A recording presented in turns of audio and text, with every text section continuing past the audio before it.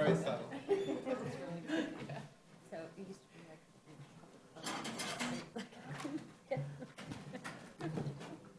It's a short film.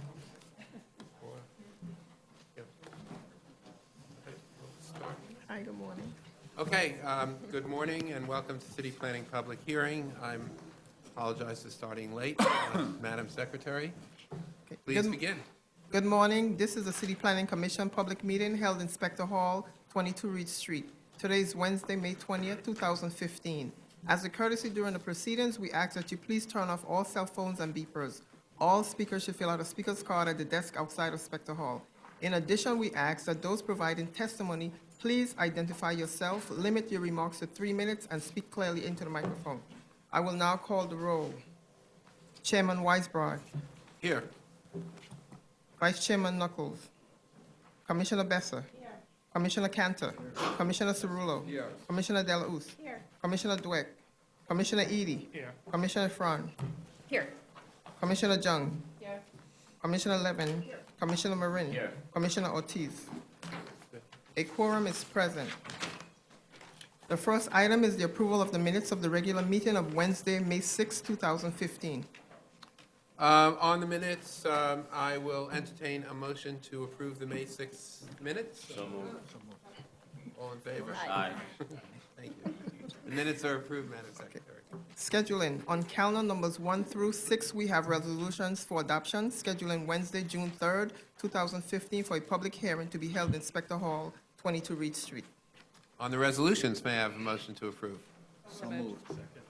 All in favor? Aye. The next part of the resolutions are approved. Sorry. The next part of the calendar is the report section on page 33. Borough of Brooklyn, calendar number 7, CD 8, N150321HKK, in the matter of a communication regarding the landmark designation of the Crown Heights North 3 Historic District, on the adoption of calendar number 7 for referral to the City Council. Chairman Weisbrod. Yes. Commissioner Besser. Yes. Commissioner Cantor. Commissioner Cerullo. Yes. Commissioner Delauss. Yes. Commissioner Edie. Yes. Commissioner Fran. Yes. Commissioner Jung. Yes. Commissioner Levin. Commissioner Marin. Yes. Calendar number 7 has been adopted. Borough of Staten Island, calendar numbers 8, 9, and 10. Calendar number 8, CD3, N130145, RAR. Calendar number 9, N130146, RAR. Calendar number 10, N130147, RAR. In the matter of applications for the grant of authorizations concerning Bridgeview Plaza for adoption on calendar numbers 8, 9, and 10. Chairman Weisbrod. Yes. Vice Chair Knuckles. Yes. Commissioner Besser. Yes. Commissioner Cantor. Commissioner Cerullo. Yes. Commissioner Delauss. Yes. Commissioner Edie. Yes. Commissioner Efron. Yes. Commissioner Jung. Commissioner Levin. Commissioner Marin. Yes.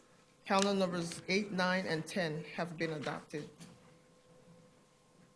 Borough of Staten Island, calendar number 11, CD3, N150142, RCR, in the matter of an application for the grant of a certification concerning 100 South Bridge Street for adoption on calendar number 11. Chairman Weisbrod. Yes. Vice Chairman Knuckles. Yes, and Mr. Chairman, may I have a yes vote recorded for item 7 as well? Yes, you may. Will do. Commissioner Besser. Yes. Commissioner Cantor. Commissioner Cerullo. Yes. Commissioner Delauss. Yes. Commissioner Edie. Yes. Commissioner Efron. Yes. Commissioner Jung. Yes. Commissioner Levin. Commissioner Marin. Yes. Calendar number 11 has been adopted. Borough of Staten Island, calendar number 12, CD3, N150207, RCR, in the matter of an application for the grant of a certification concerning 6650 Highland Boulevard for adoption on calendar number 12. Chairman Weisbrod. Yes. Vice Chairman Knuckles. Yes. Commissioner Besser. Yes. Commissioner Cantor. Commissioner Cerullo. Yes. Commissioner Delauss. Yes. Commissioner Edie. Yes. Commissioner Efron. Yes. Commissioner Jung. Yes. Commissioner Levin. Yes. Commissioner Marin. Yes. Calendar number 12 has been adopted.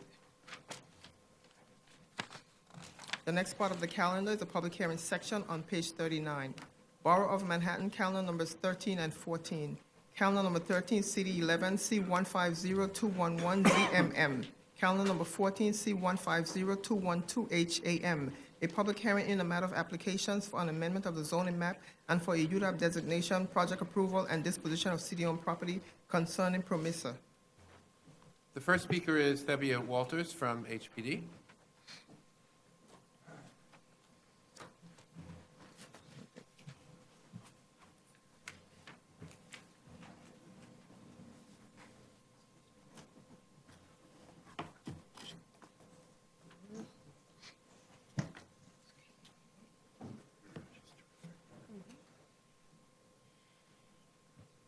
Good morning, Chair Weisbrod, Vice Chair Knuckles, Commissioners. Good morning, Ms. Walters. And before Ms. Walters starts, let me just say Ms. Walters is an old and frequent speaker before us, and she is the head of the Manhattan office of HPD, and this is her last hearing, at least for a while, from Right. HPD, because she is going to be joining the Governor's Office of Storm Recovery. Yes, that's correct. And we wish you well, and we thank you for all the times you've appeared before us, Thank you. and welcome you today. Thank you very much. It's been a pleasure. And thank you for making me about to cry before I give my testimony. It's my pleasure to be here this morning to present the PROMESA project, which has recently been renamed Acacia Gardens. Acacia Gardens is a 179-unit affordable housing project, mixed use, located on East 120th Street and First Avenue in East Harlem. That will include community facility, space, and retail. The actions needed to facilitate this project are the disposition of city-owned property, UDAP designation and project approval, and a zoning map amendment to change the existing R72 district to an R7X district with a C15 overlay. The site is currently under the jurisdiction of the Human Resources Administration, where the existing building, there's an existing adjacent building, is used as a multi-service center. And around 2009, HRA and HPD agreed to release a portion of the HRA site that is used as a parking lot and a small extension of the building for the development of affordable housing that would include community facility space for services that would mirror what is currently provided in the multi-service center. The project is being developed under HPD's new ELA program, which targets extremely low and low-income affordability and is in line with the objective of the mayor's housing plan to target these income levels. This project also develops underused city-owned property and provides neighborhood retail opportunities and community facility space. We have a few speakers this morning who will discuss the background of the PROMESA team and their role in the East Harlem community. Speakers who will provide more details on the project's program and provide a walkthrough of the project's design. Thank you for your time, and I'm here to answer any questions. Thank you, Ms. Walters. Any questions for Ms. Walters? Ms. Levin? Yes, first, thank you for being here today, and congratulations on Thank your you. next move. It's our loss, but Thank you. hopefully the wider states gain. I have two questions. One is if you could give us an overview about who the development team is here and how they were selected by the city. Sure. And secondly, if you can respond to the one of the conditions in the borough president's recommendation about a deed restriction and getting language in the deed restriction that will ensure that the community facility space endures. Sure.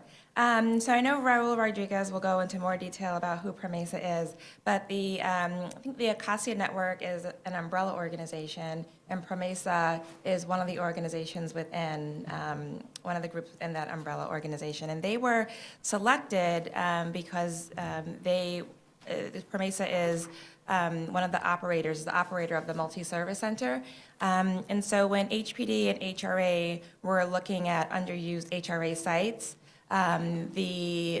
what typically happened was the operator of the multi-service center was selected to be the developer or part of the development team for that site. So that's how PROMESA was selected for the site. And in terms of the deed restriction, so the community facility space, when we close on this project, there will be language in our deed and probably our LDA as well that would restrict that community facility space to such use. Okay, and that will endure for the life of the project? I think so. I can find out. I don't know if I've ever seen a community facility restriction in perpetuity, but I can check on that for you. There's usually a term, but I'll find out. Thank you. Ms. Delaluz. Hi, how are you? And congratulations on your next move. Thank you. I know you'll be missed. I'm just wondering, so speaking of length and terms, how about on the affordable housing side, especially since this is city-owned land? What is the term on the affordability for the affordable housing? And can you maybe the next speakers can also speak to what other members of the development team or what the development experience is that Promesa has? Okay. I can talk to the term of the affordability. So right now, the development team is seeking some competitive financing. I think it's slick, and you're definitely more competitive when you have a longer term. So we're pretty confident that it's going to be more than 30. I don't know the exact term. It may be around 50 years. And then the tax exemption, they're going for 420C, so that'll be able to, that can have a 50-year term as well. And then our regulatory agreement will match. I mean, I know oftentimes if it's a nonprofit developer, folks will voluntarily agree to longer terms. Right, then I guess that's the other piece to this. I mean, I think that the Promesa team has a commitment to this project, to the community, to affordability. And so what we typically see is after the term, they will come back for another exemption to extend the length of affordability. Thank you. Any other questions for Ms. Walters? Mr. Knuckles. Congratulations, Tamia. Thank you. The affordability levels, AMI, are, again,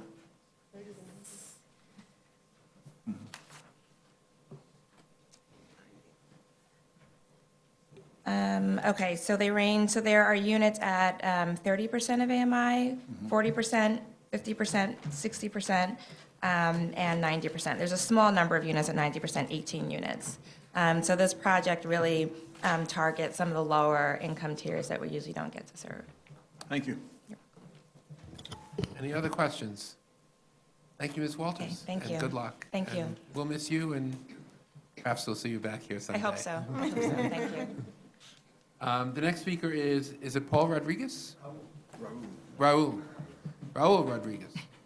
Thank you. Mr. Chairman, members of the commission, good morning. My name is Raul Rodriguez. I'm the executive director of the East Harlem Council for Community Improvement, which is the sponsor of the project. In 2002, we affiliated with the Promesa organization, and I serve as vice president under the Promesa organization.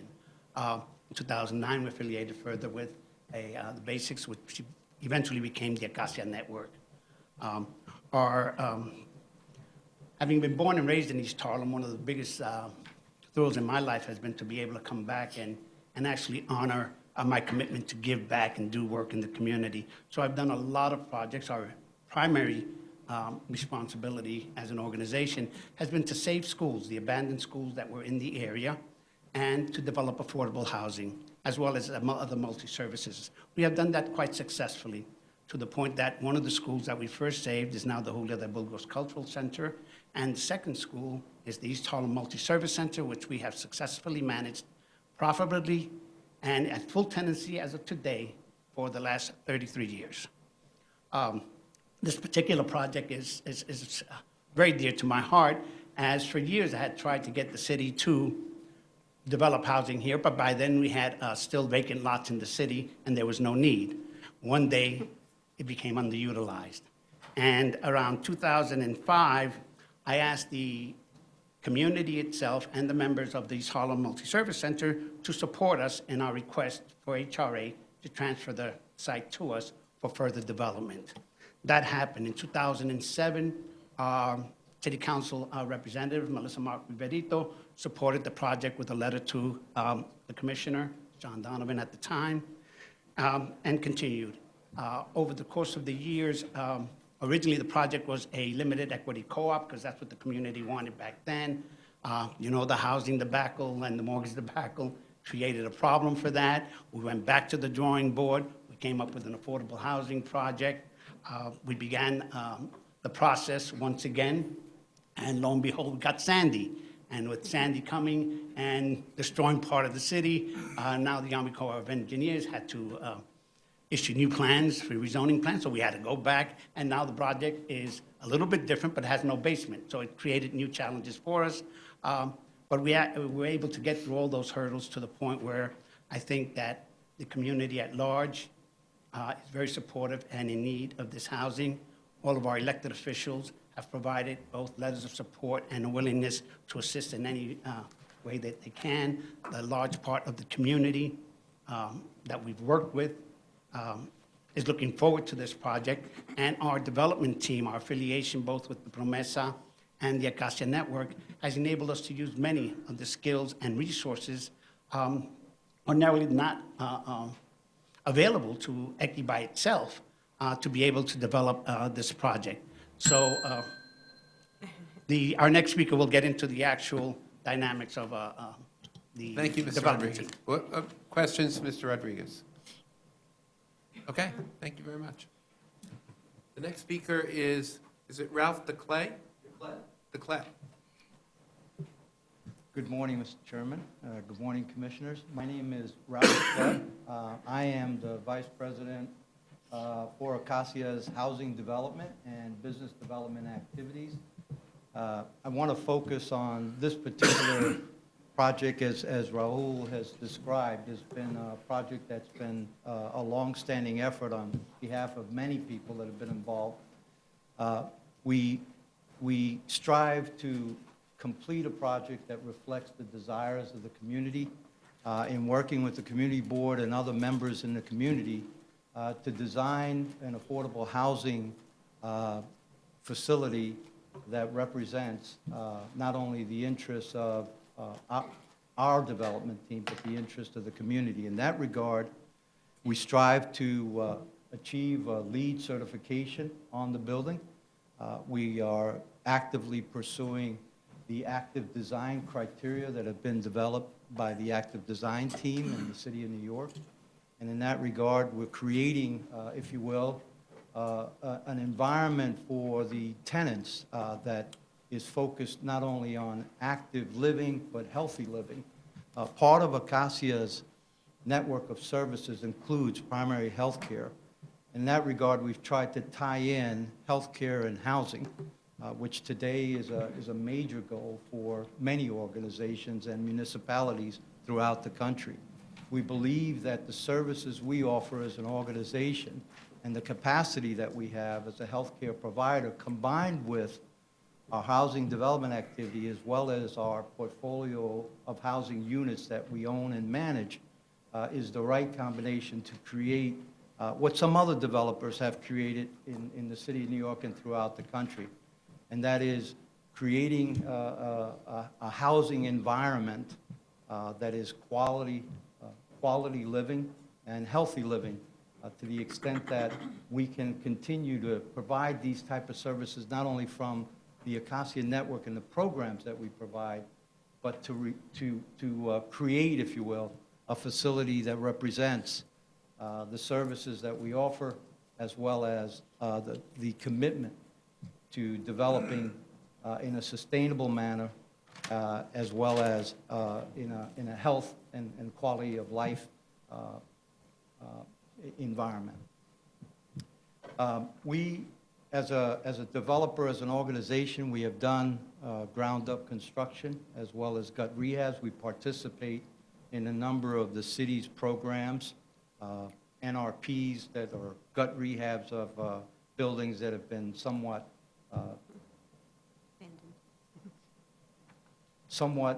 ignored, if you will, in terms of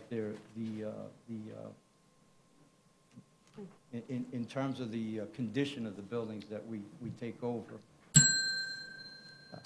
Thank you, Mr. DeClay. Thank you. Questions? Ms. Delauss. Hi, thanks for that overview, it's helpful.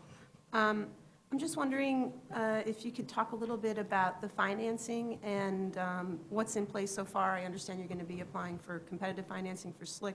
Yes. And if I recall correctly, that also required, well, you score better if you target some homeless families or folks with special needs. I'm wondering if that's a part of the plan, and if you could speak to that. The Acacia Network is one of the largest providers for transitional housing and has a very strategic partnership with the Department of Homeless Services. So within that envelope of services, right now, we serve just a little over 1,600 families that we place into residences throughout the city. And so our charter is really to place those homeless families in permanent housing to the extent that they meet all of the requirements and all of the criteria. That certainly is a mission of the organization and one which we would focus with this particular site as well. In terms of the funding, there's a combination of HDC bonds, it's the tax credits. We've also submitted requests for reso funds as part of the funding stack. And we've also deferred part of our developer fee as part of that funding during the construction process. And it complies with pretty much the structure of the ELA, the HPD's ELA program. Ms. Efron? Thank you. Could you explain which group is responsible for which aspect of the development? I heard you mention that Acacia is involved in both the healthcare, which I assume is operating or services, and also construction. But where does Promesa fit into the development and management team, and where does the East Harlem group fit in? Both Promesa and the East Harlem entity are members of the Acacia Network. The Acacia Network is comprised of 40-some-odd affiliate entities that have joined the Acacia Network over the last 4 or 5 years. Promesa, as Raul pointed out, the East Harlem organization and Promesa spearheaded the effort to secure this particular site for development. Since then, the Acacia Network was created about 4 or 5 years ago. Within the Acacia Network, we have different entities that provide some of the services that I described. So in terms of our healthcare services, for the most part, come out of our Promesa entity. We also have behavioral health that comes out of other organizations that we have affiliated with over the last 4 or 5 years. So the direct responsibility for development is the Acacia team, which is comprised of members from the different affiliates. So we don't distinguish it as a particular entity that's taking the lead for the development, but rather Acacia with all of the affiliate members that have a role in this particular project. Terrific. That's actually very helpful, but it leads to another question. Could you just speak about the Acacia Network's experience in renting and managing the retail, since it seems like an opportunity to cross-subsidize some of the housing? Yes. We have a portfolio of about 100 and some odd buildings, very little commercial. We do have some commercial. This is our first commercial development activity, if you will, from the ground up. And all of our ground up activity to date has been all residential. 5,000 some odd square feet of this particular project is slotted for commercial tenants. So while it's limited, we believe that 4,000 or 5,000 square feet of commercial space is something that fits within the overall development capacity that we have and experience. Okay. Thank you. Ms. Levin, and then Ms. Jung. Yes, actually, that leads nicely into a question I wanted to ask about the community facility space, who that tenant will be, how they will be selected, and similarly for residential tenants, how will they be selected? If you could describe your marketing effort, will it be targeted at folks in the neighborhood or more widely around the city? In terms of the community facility space, we would expect that the composition of the tenant base would be very similar to the composition of the tenant base that we have in the multi-service center. And for the most part, these are organizations that are community-based in the East Harlem area. Wait, so are you talking about multiple tenants in the community facility space? Well, it's, the community center would be 4,000, I think it's 42, 4,400 square feet. So we think it would provide multiple tenants.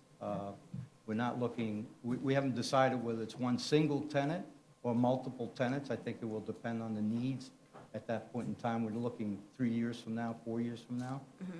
But the goal is to offer the space to local, community-based organizations. Ones within your network, or are you going to be looking wider? Well, I think we would look at the geographic area, the East Harlem area in particular, and that would be our first focus. And clearly, there may be opportunities for us to have an Acacia affiliate that could be a tenant within that community facility space, offering services to the community. Residential tenant selection? As you know, the requirements are that we must go through a lottery system, and we will do that.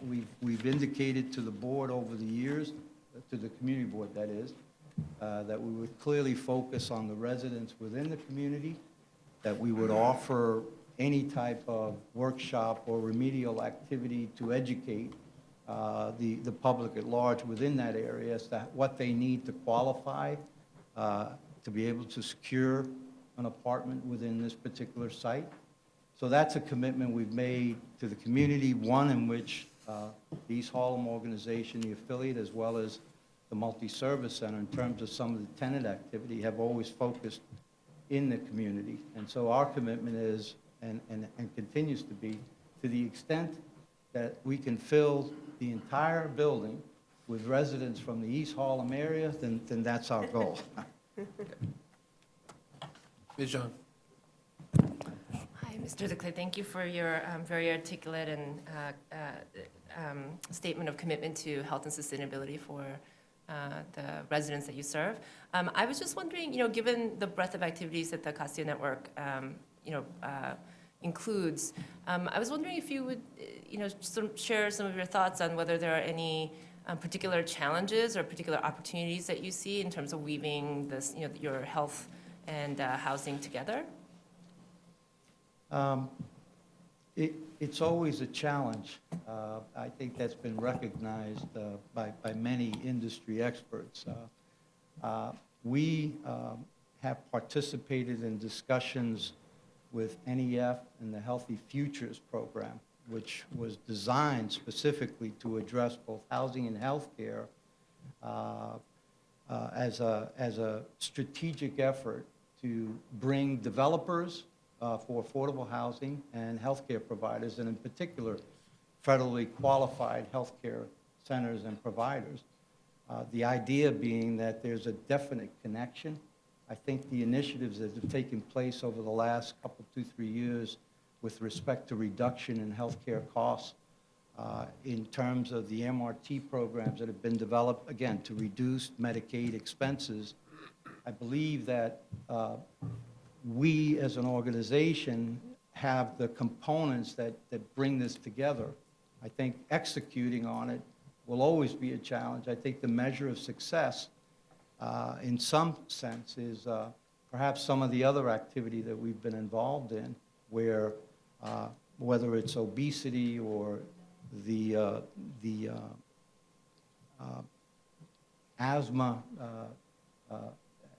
in terms of the communities that we serve, there's evidence today that the envelope in which you live in, the quality of the residence that you live in, does have a direct impact on your health. And so I think there's a strong case for the design of a building and how it can contribute to better health for the tenants that live in the facility. But again, at the end of the day, the measuring points are very difficult to track and very difficult to publish results after a period of time. I think what we've seen is some studies that strongly suggest that if we're building residences, apartment buildings that are sustainable in the sense of the types of materials we use, non-toxic, and the quality of the ventilation systems within a building, that they all contribute to better health. But I'm not here to say I have proof of that. There's a challenge for us as a developer that there's empirical data out there that suggests that's the right thing to do. My gut tells me that's the right thing to do. And so I think that we've embraced the LEED certification process, the green communities, as well as the active design criteria that's been laid out by a number of industry experts. I hope that answers your question. Thank you. Ms. Delous? I just wanted to follow up a bit on Commissioner Levin's point about potential tenants for the community facility space, and perhaps these folks are already part of your network. But, you know, we're actually seeing quite a few applications right now for sometimes short-term renewals for ACS and Department DFTA-funded senior and child care centers. And because of rising rents, in particular in your neighborhood and many neighborhoods across New York City, folks, the city's finding a challenge to find appropriate space. So one thing we would just ask you all to be open to, especially given how community-minded you already are, is to see whether or not there's a fit between those needs that the city has and your particular space that you have. It's a need that we recognize, and it's a need that we've responded to, not only in terms of senior housing. We're about to complete a senior housing facility in the Bronx that was from ground up. It's been identified as a major challenge for the entire city and the entire country in terms of housing, affordable housing for seniors and other services for seniors. We're also a huge supporter of the pre-K process, and we've negotiated, we're in the process of negotiating a new site for pre-K. The offices where I reside on 300 East 175th Street, the first 3 floors of that building are daycare for working families that need a safe and quality child care services. So we understand those needs, and we're providing those needs in the communities that we're in, and this would be no exception.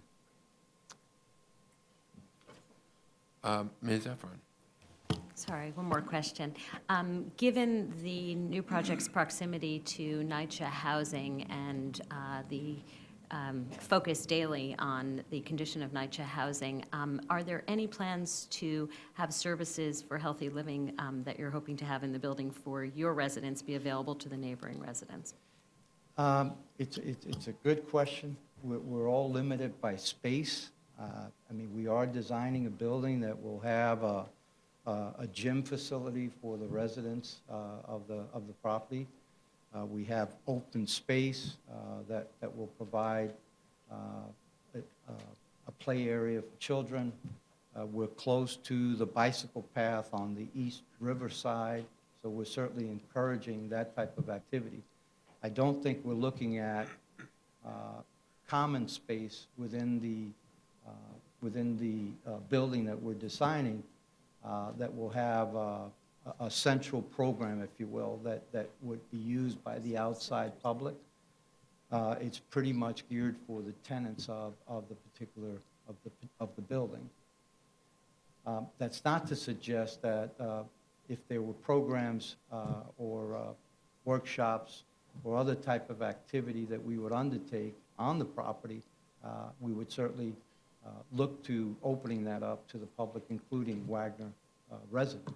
But there is no specific space in the design of the building that's sizable enough to encourage a type of activity where we bring in a high volume of people. Thank you. I have a couple of questions also and actually a suggestion. Do you know exactly, I may have missed this, but exactly where the community facility space will be located in the building? Yes, and I think when our architects have an opportunity to present, that they'll lay out boards that'll show that a little bit more specifically. Well, there we go. Is that ground floor space or is that upper story space? Ground floor? Yes. Just want to underscore what my colleague said, both about the potential for daycare and senior citizens facilities, but also just to follow up on what Ms. Young said about health-related activities. There's a very active collaboration now in East Harlem between the New York City Health Department, the New York State Health Foundation, and several other East Harlem-related or neighborhood, but also quite significant health organizations on health in East Harlem. And as I'm sure you know, the department here has been very actively involved in design guidelines for healthy space. So I would urge you to get in touch with that consortium, which is now gearing up, very active in East Harlem, and quite committed to improving the relationship between the built environment and residents' health, which is certainly a big issue in East Harlem. No, and welcome that information. We would certainly pursue that. Again, we're looking to collaborate wherever the health care and the housing components could be brought together. No. Any other questions from Mr. DeClercq? Thank you very much. Okay, thank you. The next speaker is Christine Hunter.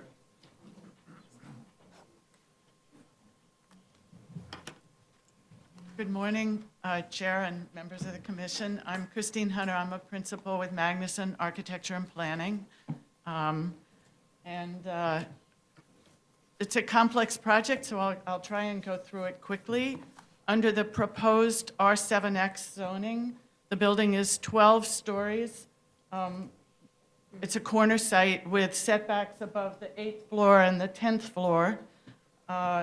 It is designed in conformance with the active design guidelines and lead for homes, as Ralph mentioned. And to that end, maybe the elevation? Yeah. To that end, the building has stairwells facing the street that are glazed and glazed from the inside to activate the street and to really encourage people to use the stairs. One of the stairs, is the first thing you come into in the lobby before you get to the elevators. In addition, as an L-shaped site, the building has a large second-floor recreation terrace for use by the residents, and we're really working hard to design that for activity by all age groups, not just some play equipment and benches, but encourage a walkway around it for seniors, some adult, simple fitness equipment. And as Ralph mentioned, also, the community room will be divided to provide a gym space as well. The building has a high-efficiency envelope and mechanical equipment. We're projecting a solar array at the roof. I know that there have been some questions about the view of the building from the back as well as the front, and I regret that board somehow didn't make it here today. I'm not sure, but this, I know you can pass it around. I brought my little miniatures of the boards, and you can see that sort of from Wagner Houses, which is to the north, you're basically looking at this landscaped roof. So, we're trying to make it an attractive facility from all sides. And just to answer some earlier questions about the location of the community space, the community facility space is at the ground floor on First Avenue in the north part of the building. The retail space is at the corner, again at the ground floor. The residential entry is on 120th Street. There is the zoning mandated 29 parking spaces, which would be entered here from 120th Street, and most of them covered by the recreational deck with a small amount of on-grade spaces in this section of the site. Sorry. Perfectly timed. Thank you, Ms. Hunter. Questions? Ms. Levin. Ms. Hunter, no, we are not a design commission, but I wonder if you could explain a little bit of the sort of aesthetic choices that have gone into the exterior design. It looks like there's a lot of different stuff going on there, and it's kind of a prominent corner. So What's the thought? Okay, the building is a combination of brick and metal panels, so an attempt to use some of the brick materials that are already in the neighborhood, but introduce a more contemporary note in with the metal panels. Prominent feet, the sunshades, the building faces mostly south on 120th Street, and so there would be sunshades for the apartments, all of those apartments facing south, which we found to be a very effective, light control and heat control mechanism that also really, provides a lot of relief or on the facade itself, and in some ways kind of relates to the old fire escape aesthetic of the rest of the neighborhood. We are again trying to really make the residential space very prominent. The retail space very prominent. And again, I apologize, the exterior second floor deck faces largely north and east, and so, to lighten the building on the back side to really, where it is going to be shaded a lot of the time. Okay, so the spaces that are shown in the lightest color, are those the metal panels? Yeah, these would be metal panels. The rest of the building would be masonry. Actually, this would be cast stone in the same tone as the metal panels, but just to provide a tighter, more constructible envelope, we would keep this as masonry and the panels around the top. Ms. Delauze. Hi, Christine, how are you? Hi. I'm wondering, so you mentioned the parking spaces, so I have to ask. And perhaps, I don't know if you're the right person to ask, what is the anticipated demand for parking, considering, I'm wondering about the AMI levels and the demand for parking and whether or not that's a good use of space. And I'm just wondering if that was a discussion at the development team. I would have to say the building is designed to be as of right. And so the parking is, the minimum as of right parking. At the same time, I would say that this site is not the most accessible although it's a very prominent site, it's quite a distance from the subway. I know there is bus service in East Harlem, but I would anticipate that there may be tenants who at whatever income level, who need some parking, some access to cars for work. But that's sort of as much as I could say. I can't tell you. Well, just to follow up on that, the cost, this is interior parking, the cost is considerable to build 29 parking spaces. As you may know, the department has out for comment, not certified yet into the EULA process, a set of text amendments that would ease parking restrictions. Assuming those text amendments were enacted in a reasonable time frame, would you reconsider the amount of parking here? And if so, what would be the implications of that? You can say. I guess I would have to really consult with my client before committing to eliminate the park. Can someone of them? From a design. From a design point of view, it would, we would have to reconsider whether we wanted to put the recreation space at ground level versus the second floor, because obviously a lot of the cost is building that podium. So that would be a question that we'd have to consider that. Right now, the building really maxes out the available floor area on the R7X portion of the site.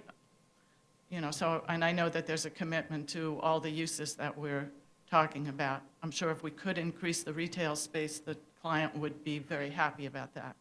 But we'd Okay, have to so look at that. understood, and I would ask that, if possible, you do consult with your client, and I'd be interested in either you or they giving us your thoughts about it,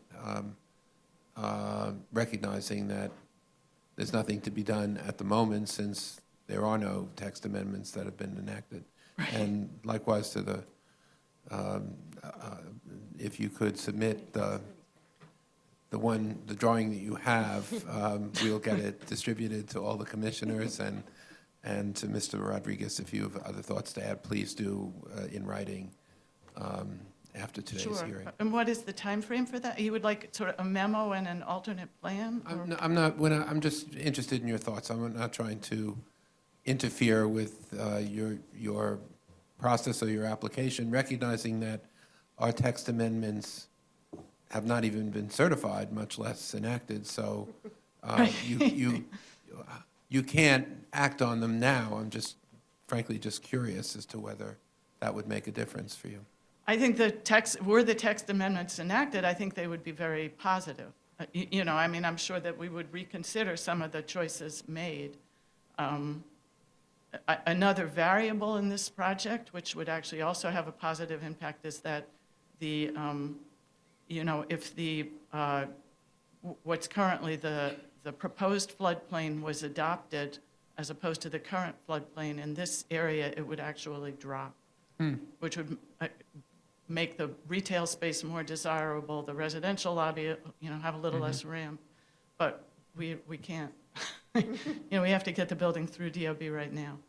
Totally understood. And that's why, I guess on both of these accounts, would just be as a developer, as an architect, outside of this particular application, would be interested in your thoughts about how these various initiatives might Okay. affect either this project or future ones. All right, yeah, Thank we'd be happy to talk and give you our thoughts. Thank you. Any other questions? Mr. Cantor? This is going to be self-parking, correct? Correct. So you're talking about nominally 300 square feet or more per car? Correct, to follow the zoning, yes. So to continue with the hypothecation, if you had the privilege of not needing any parking, would you utilize that space, or would you just change the mix? Change the No, mix. it's- Well, I anticipate that absolutely we would discuss it, we would discuss it with the client, but certainly figure out a way to, build the project that used the space in the best way possible, possibly moving the recreation space down if we can't, figure out a way to increase the amount of retail space, one or the other. Within the program they anticipate, would you guesstimate that eliminating the parking is going to considerably reduce the cost of the project? Yes. Okay. Yes. Parking nowadays runs, what, $60,000, $70,000 a space? I don't have that number on the tip, but if it's 300 square feet at, maybe $150 a square foot, whatever. Okay. But at the end of the day, if parking were eliminated, money would be saved. Yes. Would any of that money be transferable, if I can use that word, to additional affordable housing within this site? Not, as I said, we're maxing out the proposed R7X zoning in terms of the 179 units. So I can't say that I think there would be additional residential spaces possible. So there is, I'll use the word, there is no return to the community for this particular project, if the parking were eliminated. It would be a net save to the developer without a concomitant return to the community. Is that fair? I'm not criticizing in any manner, shape, or form. I would just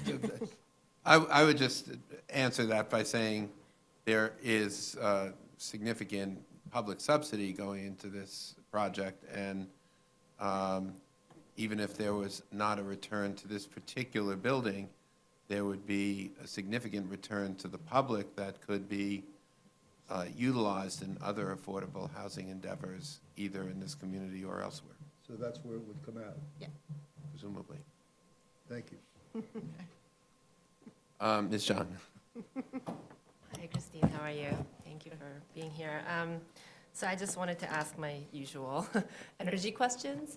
So again, if you don't have these metrics at your fingertips, then if you would submit them in writing. So as usual, I'm curious about particularly given the sustainability commitments that you and your client have articulated, I'm curious about what heating index you're anticipating in BTUs per square foot per heating degree day, and what the overall energy use intensity would be, since this eventually will be a building that's subject to local 84. And finally, I'm also curious about if you have any estimate of gallons per bedroom for water use, and you may not. I don't have any, I'm sorry. I mean, we're sort of in process right now with the energy consultant looking at the energy model, but I can definitely get back to you Just, on all you of know, those. whether it's a sort of a ballpark goals even would be fine. Okay. So, All thank right. you. Yes, okay, Any other questions, Ms. Hunter? Thank you very much. thank you. The next speaker Developer in is that conversation. Wilfred Renta.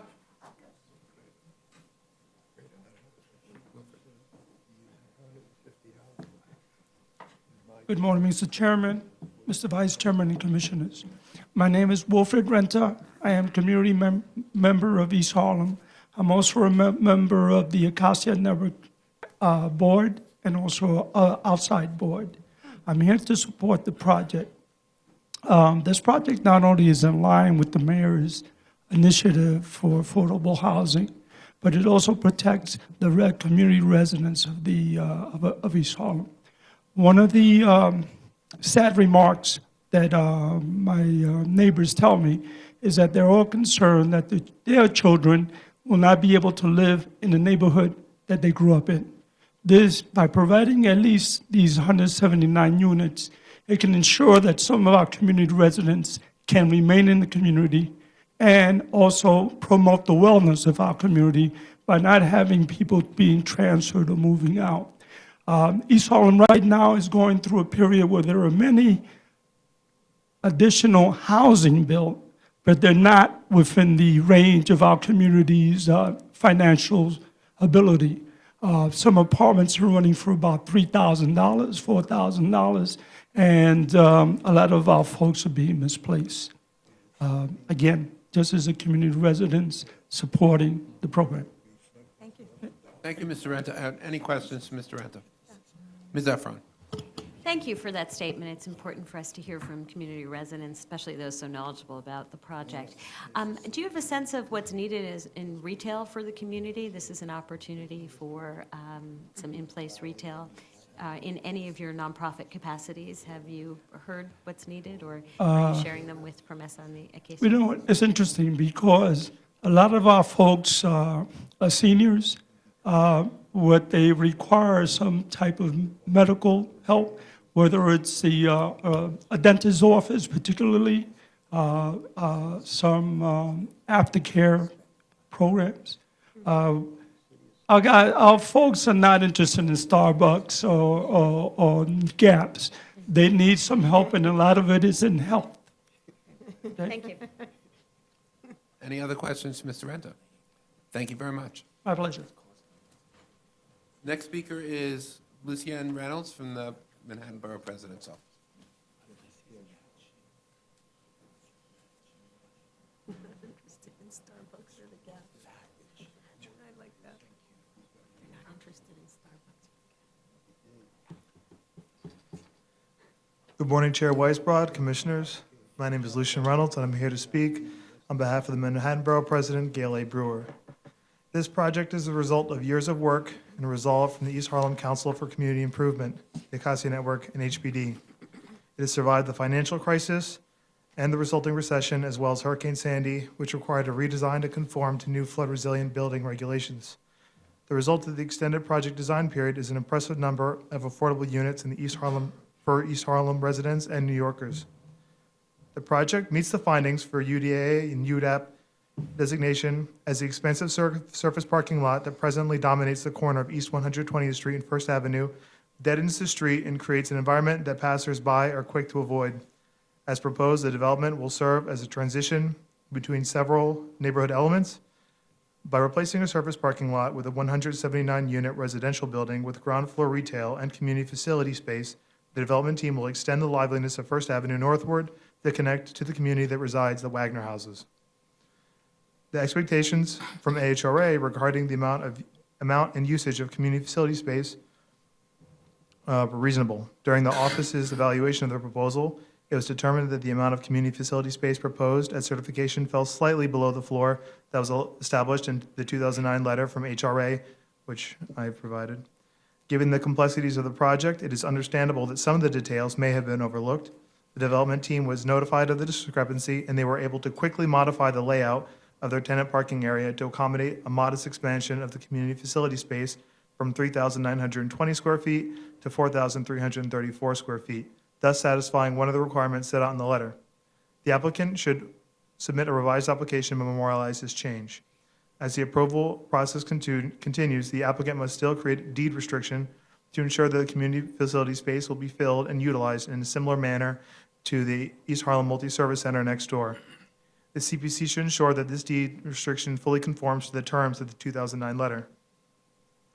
Lastly, say a couple words regarding the contractor.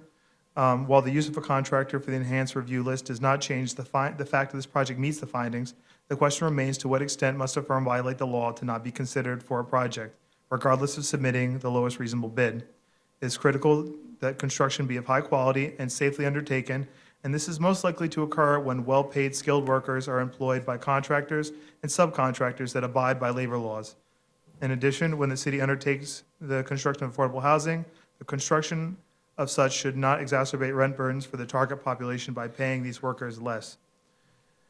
Therefore, the Manhattan Borough President recommends approval with conditions of these ULURP applications, provided that the applicant provide community facility space in excess of 4,200 square feet and submits language for a deed restriction that would require the community facility space be occupied by a not-for-profit social service organization at below market rent as stipulated by the June 8th, 2009 HRA letter. Thank you. Thank you very much, Mr. Reynolds. Any questions, Mr. Reynolds? Thank you. Is there anyone else who wishes to be heard on this matter? If not, the hearing is closed. Borough of Manhattan, calendar number 15, CD 8, C150248 ZSM.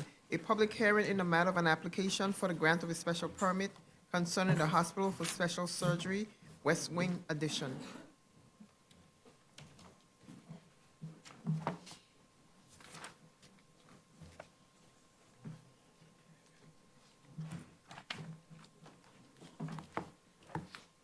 The first speaker is Risa Kaufman.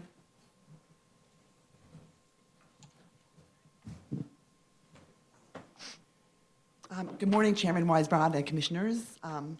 My name is Risa Kaufman. I'm the Senior Director of Foundation and Government Relations at Hospital for Special Surgery. Thank you so much for having us here and for considering our application. I'd like to speak a little bit about the need for our project, and then Melanie Myers will speak to the technical aspects. HSS is recognized as one of the leading institutions in both orthopedic and rheumatologic research and care, and has faced a nearly continuous demand for additional facilities. Over the past decade, HSS has increased the number of procedures conducted at the hospital by 77% and has increased its staff by 95%. In order to accommodate present demand and maintain its ability to recruit the most qualified physicians, HSS needs to grow, both in terms of its staff and in terms of its physical facilities. As it stands, the current campus is projected to be at capacity in approximately 2 years' time. Accordingly, HSS is seeking permission for a modest but critical expansion of the West Wing building that would extend over the former East 70th Street. The expansion would add 3 operating rooms and essential implant storage and pre-op support space to its West Wing, allowing HSS to respond to pressing demand for its services and allowing for approximately 2,500 additional surgeries to be performed over the course of a year. The expansion would begin on the third floor of the existing west wing and would extend upwards for 4 floors. The third floor would add offices and examination rooms for pre-op care. The fourth floor enlargement would add the new operating rooms. The fifth floor would be used for implant and operating room storage and other critical support functions. And the sixth floor would accommodate mechanical space. The proposed addition would not be readily discernible except in the immediate vicinity of the development site. Presbyterian Hospital Star Pavilion already spans the former roadbed to the west of the development site, blocking views from the west toward the river. Accordingly, the proposed expansion will have a minimal effect on the surrounding areas. It will be consistent with public policies over the last 50 years, which have supported and promoted hospital service at the development site, and would offer significant benefits to the city by allowing the hospital to meet critical health services needs. Thank you so much for your time and your consideration, and I'd be happy to answer any questions. Thank you, Ms. Kaufman. Questions? Ms. Deluz? Hi, how are you? Thanks for being here. Thank you. When this came up in review session, it was noted, and you repeated it here today, that 2,500 additional procedures would be available as a result of 3 operating rooms. That was a pretty staggering statistic for me. So obviously, you literally utilize every last space all the time. So I'm just wondering, and you said that in general, that you all are looking to grow. Do you, can you share any additional projected physical growth that you all are thinking about in the future, in addition to this particular piece? I mean, the hospital has received approval for a river building, which would be served for ambulatory care, and that we predict that will be, there are no immediate plans for that, but it will be something that will likely be happening in the future. The hospital also has a hub and spoke strategy where we're making services available to people closer in their communities. So we have an office on Long Island, recently opened a facility in Stamford, Connecticut, as well as in Paramus, New Jersey. And the hospital, is currently, we'll be renovating our research building, moving that to a Cornell facility on 71st Street. And then our current research building, which is directly next to the hospital, will be transformed into an ambulatory care facility. Thank you. Mr. Knuckles? Thank you. I note here, and in fact remember in 2008, the Planning Commission approved a special permit for, I think it was a 3-story addition to the east wing of the campus. What is the status of that project? It's been, I'm sorry, it's been built and fully occupied. Thank you. Thank you. Okay. Ms. Efron? Can you give us an idea of whether there'd be any increase in employment with the expansion of the hospital? Or if you don't have it, maybe you could just Okay. let us know. Neil, could you speak to that, or can we let you, we can certainly get you that Thank you. information. Sure. So the 2,500 operation increase that this expansion will permit, how many operations does the hospital perform today? Well, last year, the hospital performed about 30,000 surgeries, and approximately half of those were inpatient. So this would represent quite a considerable increase over the inpatient surgeries that you perform today. It would represent an increase. 2,500 2,500. over 15,000 roughly. Right. Mm-hmm. Okay. Ms. Levin? Just following up on the discussion about neighborhood plans, do I remember correctly, we recently did the approvals for Memorial Sloan Kettering and CUNY's space at the northern end of Bedpan Alley here. Okay. Do I remember from the course of that HSS also has a site, is it 73rd Street, 74th Street? We do have a site there as well, and that is possible for building in the future, but there is no current plans to use that site. Okay, so that's just sitting as it is for the As of time right being. now, I mean, we do anticipate developing on that site in the future, just to continue to grow and meet demand, but there are no current plans Okay, for that site. thank you. Any other questions to Ms. Kaufman? Thank you. The next speaker is the aforementioned Melanie Myers. Good morning. Good morning, Commissioners, Chair Weisbrod. My name is Melanie Myers. I'm an attorney with Fried, Frank, Harris, Shriver, and Jacobson, and I'm here representing Hospital for Special Surgery. So Stephen did a great job on Monday presenting the project, so all I wanted to do was to remind you that we are here asking for your approval of two actions. The first is approval under zoning resolution section 74-682, and that would allow for an increase in the approved lot coverage of the site by 2,820 square feet. And the second approval is an approval under Exhibit H of the 1973 agreement between the city, Hospital for Special Surgery, New York Presbyterian, and Rockefeller Institute that would allow for the construction of over what was East 70th Street, now demapped. So the actions will allow for the HSS's expansion of its core health care, the services that Risa described on the property. They will allow it to be done on property that's owned by HSS in an area that's currently used for support services, and will allow for it to be done in a location that optimizes the use of this expansion in connection with its current in-house operating suites. We think it's the right project and the right location. We were very pleased that we received the approval of the community board and the borough president, and we are hopeful that we will, and are asking for your consideration and support as well. So that is it. Any questions, I'd be happy to answer. Thank you, Ms. Myers. Questions from Ms. Myers? Thank you. Thank you. The next speaker is the just mentioned Manhattan Borough President's representative, Erica Baptiste. Good morning, Chair Weisbrod and Commissioners. I'm Erica Baptiste, Urban Planner, here on behalf of the Manhattan Borough President, Gail Brewer, in support of the application by Hospital for Special Surgery for a special permit pursuant to Section 74-682 of the zoning resolution to permit the modification of lot coverage requirements to allow the West Wing expansion in the demapped airspace over former East 70th Street per Exhibit H of the 1973 agreement. Pursuant to the findings, the expansion of the West Wing will result in a good site plan in relation to the existing building on site and in the area.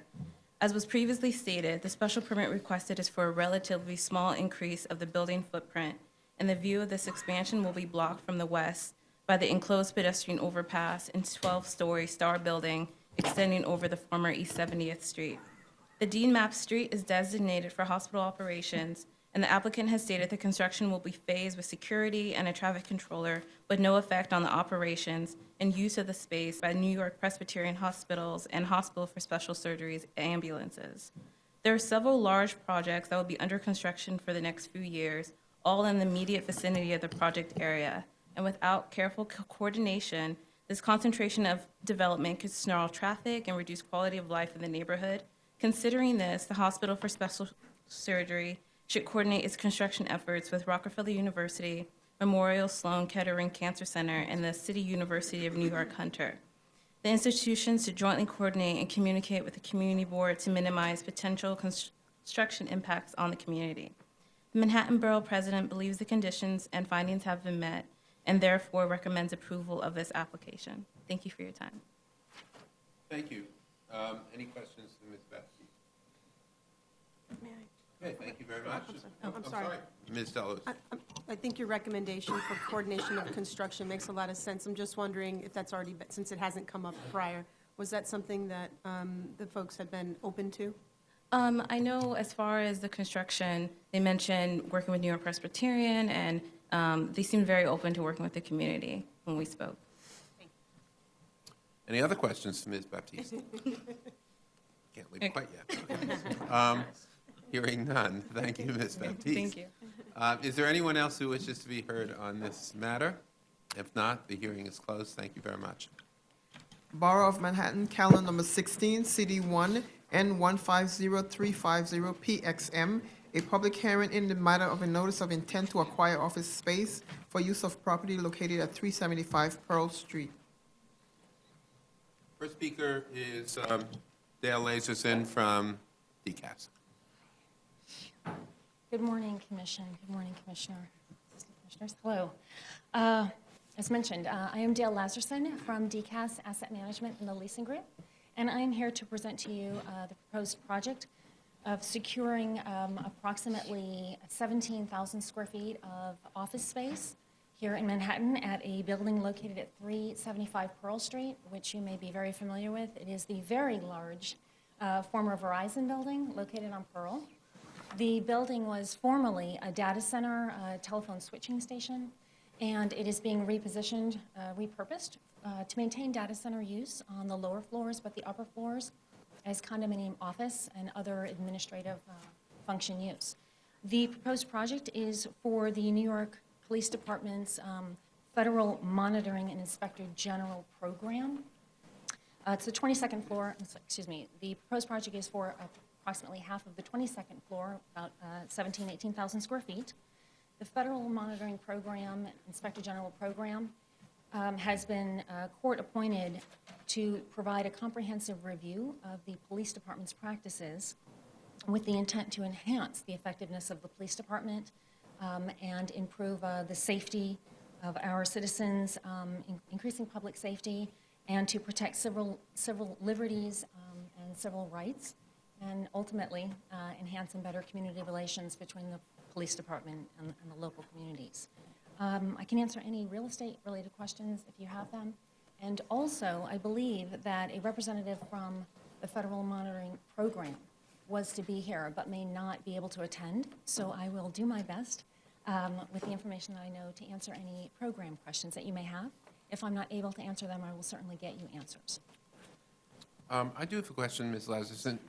Do you happen to know what 375 Pearl Street now is, I assume, a resource that the city is looking at for this kind of use and For space, general right? administrative and office, yes, Do you know, it is happen on to our know radar. what the vacancy rate is there now? I can't give you a percentage. What I can tell you is 32 floors of just a little over 1 million square feet. The first 13 floors are for the data center components. The upper floors are for the office, as I mentioned. Of that, the office space is about 630,000 square feet. I believe that just a few tenants have signed up, maybe less than 100,000 square feet, so it's a pretty significant vacancy. We're certainly looking at it. The offices, however, I believe are condominium, so that'll be a real estate transaction issue for folks looking at the space. I'm sorry, could you repeat that? The offices are condos. It's a condominium office space. The office The office component component. is condo? Yes, Or yes. each individual unit is condo? I believe that not necessarily each individual unit, they may be combined units, but it is marketed as condominium units, yes. But I office assume the units. city here is renting space, not Yes, buying space? yes, correct, that's right. We would be leasing the space from a condominium owner, yes. Oh, from an individual condo owner as opposed to the Yes, so owner Verizon, of the building? thank you, yes, Verizon owned the building. They sold it, however, they did maintain some ownership by condominium ownership in their spaces and in some of the data center spaces. So an organization as SABI actually bought, I believe, the majority of the condominiums for the office space, and they are now subsequently leasing it. Yes. And are you looking at that particularly for potentially other police-related units? Right now, it's on our radar for this particular program, and which is a program that will apparently is going to be growing considerably over the next couple of years based on its activities and the supporting agencies of the NYPD that will be located there for the program. So, for example, the risk management group that supports this program. For other requirements, whether it's for the NYPD or other city agencies, we will certainly look at this building in supply if and when it would fulfill a requirement. Thank you. Any other questions? Ms. Delahoo's?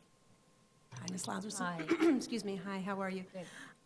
Can you just share a little bit, and maybe I missed it, the length of the lease? Oh, yes, no, I'm sorry, I didn't touch on it. And A I'm little just- nervous this The other morning. question I had honestly was, They're going to be adding a lot of windows, I hope, right? Yes, you are not the first to ask that, yes, so I apologize, yes. So the proposed project is a 20-year lease. There is a city standard termination option, but it is proposed to be for 20 years. Okay. If you have not toured this building, it's an interesting tour. There actually are windows. Ah, okay. Yes, in fact, every now and then, if you look up, you'll see those really brave window washers. That's exactly what they're doing. There are windows. Okay. Yeah, some of the space is interior, but primarily along the common area, walk areas from elevators, there are windows, yeah. Okay. Any other questions to Ms. Lazarson? Thank you very much. Thank you. Ryan Wynant from the NYPD, is he the? No questions. Will you be speaking? Anyone else who wishes to be heard on this matter? Okay, if not, the hearing is closed. Thank you.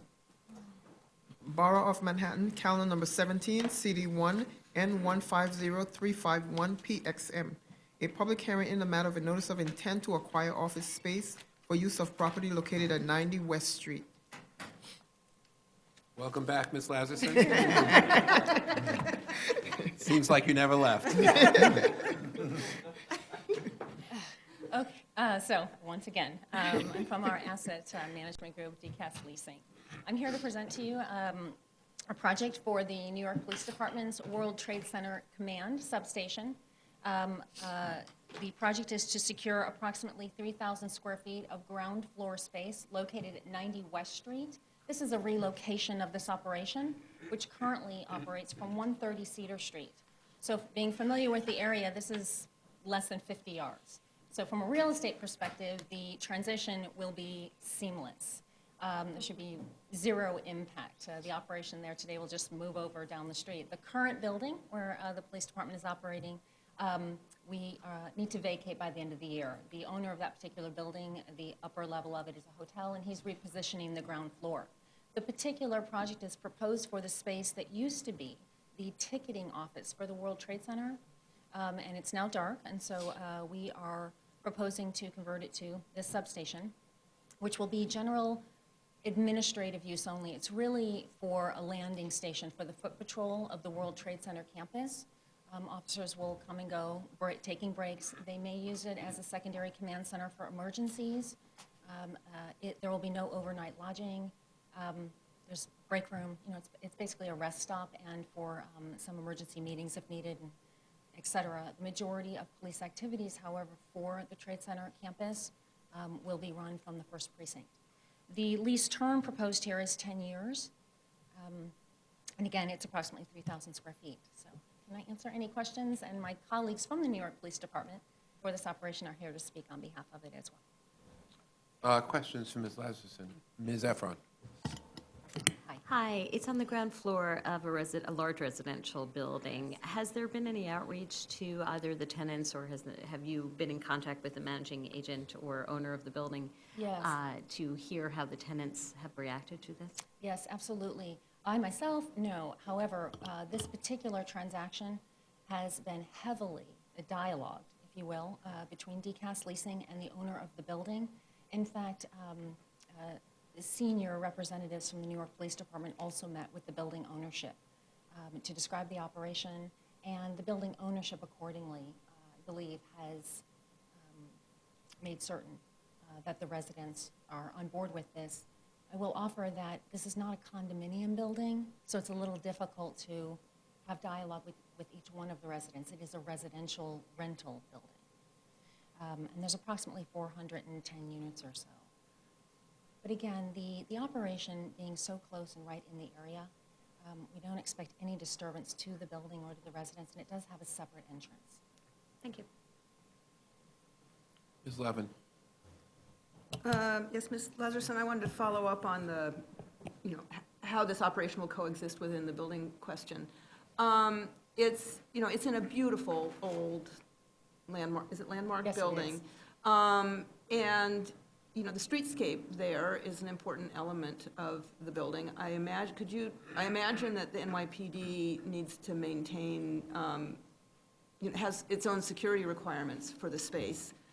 But how will it look from the outside, and is care being given to providing a pleasant experience, streetscape experience for passersby without compromising NYPD's requirements? Right now, it has black film over it. It's really ugly. I hope they can do better than that. Yes, so I will speak to this as much as I can. We're currently in the design and development phase. What I will say is, I don't believe that there's going to be any compromise to the integrity of the landmark facade status. I expect that the space will simply have the glass frontage with the appropriate NYPD, perhaps window decal, et cetera. But I don't believe that there's going to be any material change to the facade other than when it opens for business. It will be clearly open for business. I think right now, given that it's a dark space, it is, the appearance that you're referring to would suggest that it's dark. Yeah, so, but again, we don't expect any material change from what you see now on the street from where they are at Cedar. Really, I believe it actually is on Cedar. The entrance is just on West Street. I can find out more specifically about the design detail of the exterior, but again, as a landmark building. Well, it does kind of go beyond our inquiry here, but yeah, I would urge NYPD to pay particular attention to the streetscape experience, given the importance of the building. Absolutely. And, if you're going to black out the windows, do it with, some white material that lightens things up and gives the appearance of some activity, even if. I don't think, actually, I'll speak to that, and then also the representatives from the police department may be able to elaborate. I don't believe their intention is to black it out. In fact, to recognize the presence. Oh, good. This, as the World Trade Center Command substation, the presence has a significant intention for anti-terrorism, and there's a safety component, if you will, the perception, of the police presence is welcome, and I think that the glass will be clear, right? Transparent, Yeah, fantastic. yeah, I think that's So much the case. better. Don't quote me on that. Again, I believe we're in the design development phase, but that would be consistent with the intention of the operation. Okay. And that would be consistent with a good experience from the outside. Yes, and I Thank can you. certainly follow up. This may be more directed to the NYPD, but I appreciate the fact that both DCAS and the NYPD has had extensive conversations with the owner of the building, which by necessity, if you're going to enter into a lease with them, you necessarily have to do. And recognize that this is not a condominium, but a rental building. But nevertheless, I would hope that there could be at least a meeting with, to invite the tenants of the building, the residents of the building, and I guess I would ask you if has there been any discussion with Community Board 1 regarding this? And obviously, Community Board welcomes the police department's presence in the neighborhood, and this is, as you say, in the immediate neighborhood, and a very, very important function that the police department is performing at the World Trade Center site, but the presence of a police facility in a residential building is perhaps not unique, but probably unusual. And I actually wonder if there are other instances where a police facility has been located within a residential building, as far as you know. So, to the first part of that, I certainly know, yes, stating the obvious, of course, we're in dialogue with the landlord, and of course, he's okay with it. I suspect that he has reached out to the residents. With respect to the community board, I did attend the community board 1's meeting on this, and they obviously voted in favor for this. They did express some very valid concerns, not dissimilar than the ones that you just mentioned, just to make sure that everyone's on board with this, and that if there are any particular concerns, that they're addressed in a satisfactory manner. At this point in time, the dialogue has not evidenced any showstoppers for the residents between the owner's dialogue and the resident dialogue that we did not participate in. But we can once again make sure that everyone is on board. We can vet that back out through the landlord to make sure that he has done his diligence with his residents certainly don't want to go into an operation that would be challenging for us. But at this point in time, we don't expect anything based on the dialogue that's occurred to suggest that. And to the second question, I myself am not that familiar with the NYPD's portfolio to know whether or not there is a police department presence in a residential building. However, as we're all familiar, throughout all of the boroughs, there are many neighborhoods, including on the Upper West Side. I believe it's 82nd Street. The NYPD has a presence smack in the middle of a residential street, right next to residential buildings. So in terms of operations and cohesiveness, community relations, there are benefits, and I suspect the police department is always self-monitoring to make sure that it's not disruptive. I will offer that at this particular location, this is not a precinct. This is only going to be for the foot patrol stop, if you will, in meetings. Any more formal, for lack of a better way to describe it, police activities will be managed out of the first precinct, located on Varick Erickson. So there won't be any anybody that might be handcuffed or any security risks with respect to that nature of activity would not be brought to this facility. Right, and this will be a 7-day-a-week, 24-hour-day It will operation, right? It will be, just because of the intended purpose in patrolling the World Trade Center campus, which is quite large. But again, this is not necessarily a facility for any overnight lodging. That's not anticipated. It really is just 24/7 based on shifts. And I believe that the actual police force assigned to the location may be about 40 people coming and going full-time. Thank you, Ms. Lasserson. Carl?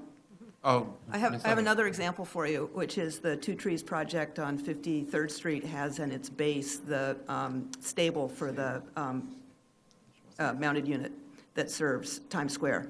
And I went by it yesterday, and it's fabulous, and it's beautiful, and we had a developer who was willing to build a stable in a residential building. And the community was thrilled to have him there. Stable is a step above. That's right. So if you could take a stable, you could take this operation. And a police stable, no doubt. That's right. No less. Without the environmental challenges. That's right. It even smelled pretty good. Any other questions to Ms. Lasserson? Okay, Deputy Inspector Kevin Burke. There are stables in Buckingham Palace. Good morning. I'm the commanding officer at NYPD World Trade Center Command. I'll be happy to answer any questions you have. I have no specific comments. I do have a couple of questions. One,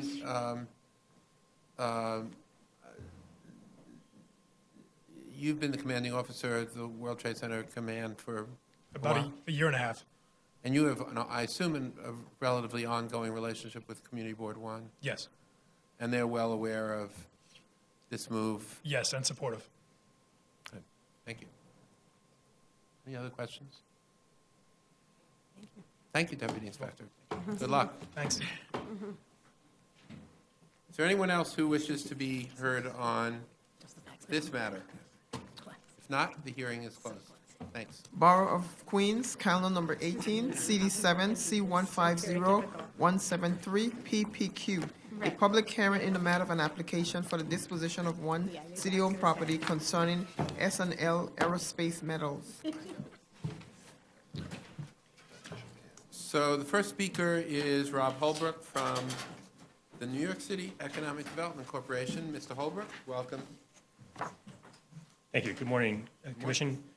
Chairman, my name is Rob Holbrook, Vice President of Planning at New York City Economic Development Corporation, representing the applicant, the New York City Department of Citywide Administrative Services. I am followed by Tracy Bell, EDC's in-house expert on environmental mitigation of hazardous soil conditions, representatives of S&L Aerospace, and Susan Goldfinger from EDC's Real Estate Transaction Services. As a result of an open RFP issued in 2012, EDC is excited for this opportunity to bring over 20 new quality jobs to College Point Corporate Park by allowing a long-established Queens business the opportunity to expand. Chairperson, as you mentioned, these are the ideal types of jobs that we want in our city. S&L is a high-tech manufacturing company, an employment sector that is endangered and rare in our economy. This ULIP action would strategically dispose of city property to provide quality jobs consistent with our industrial policy. The surrounding community and all of the elected representatives have given clear and strong support to S&L as the intended purchaser of the northern portion of Block 4317, Lot 1, contemplated in the ULURP disposition approval under discussion today. I would like to address two issues which have been raised by Community Board 7 and Borough President Katz: the timing of an ongoing environmental remediation in the area and the replacement of the asphalt plant on an adjacent property. Please note that these issues are at most peripheral to the ULURP application and project under consideration today. First, in 1998, the failure of a fuel storage system on the site registered to Co-Fire Industries, a DCAS tenant, resulted in an oil spill. My colleague Tracy Bell will further address that ongoing remediation. The RFP disclosed the status of that remediation. SNL is well aware of the remediation work and the DEC mandate on RJR Realty, the landowning affiliate of Co-Fire Industries. They will speak to their understanding in their testimony.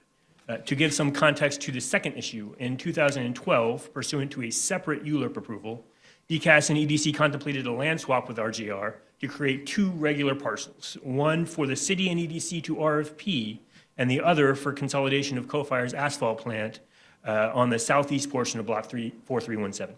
EDC is in regular contact with Co-Fire Industries and receives status updates on their new asphalt plant that RJR plans to build on their land. The latest updates state that they have purchased equipment and anticipate a completion date of second quarter 2016 pending new building permits. We sympathize with the Community Board's frustrations regarding the pace of remediation and the construction of the new asphalt plant. However, we feel strongly that SNL Aerospace is a model company that we, the city, through this ULURP application, should support SNL's plan to reinvest in their community and create additional high-tech manufacturing jobs. Addressing other questions from the pre-hearing, we have provided the Queen's Office with copies of the DEP stipulation controlling the mitigation process. DEC has confirmed in an email and in writing that they believe Co-Fire is acting in good faith towards resolution of that stipulation, and there have been no DEC or city-regulated environmental violations by Co-Fire in the past 5 years. Finally, addressing a question in the Community Board raised, we have confirmed that Co-Fire Paving Corporation, a different subsidy of Co-Fire, did file for bankruptcy and has since been dissolved as an entity. The DEC stipulation and legal documents pertaining to these transactions are with RJR Realty, the real estate holding company for Co-Fire Industrial that holds that also holds other assets in Queens, which would be subject to the stipulation. Thank you, Mr. Holbrook. Questions? Mr. Knuckles. Mr. Holbrook, could you speak to the number of jobs that would be created with this expansion? And if you know the level of outreach that the employer would make within that immediate community? We've said 20 plus, over 20. I'll let the SNL, who's represented here today, speak to their process for hiring. Okay, thank you. And we understand that most of their current employees are from the area, Queens and parts of Long Island. Mr. Cantor.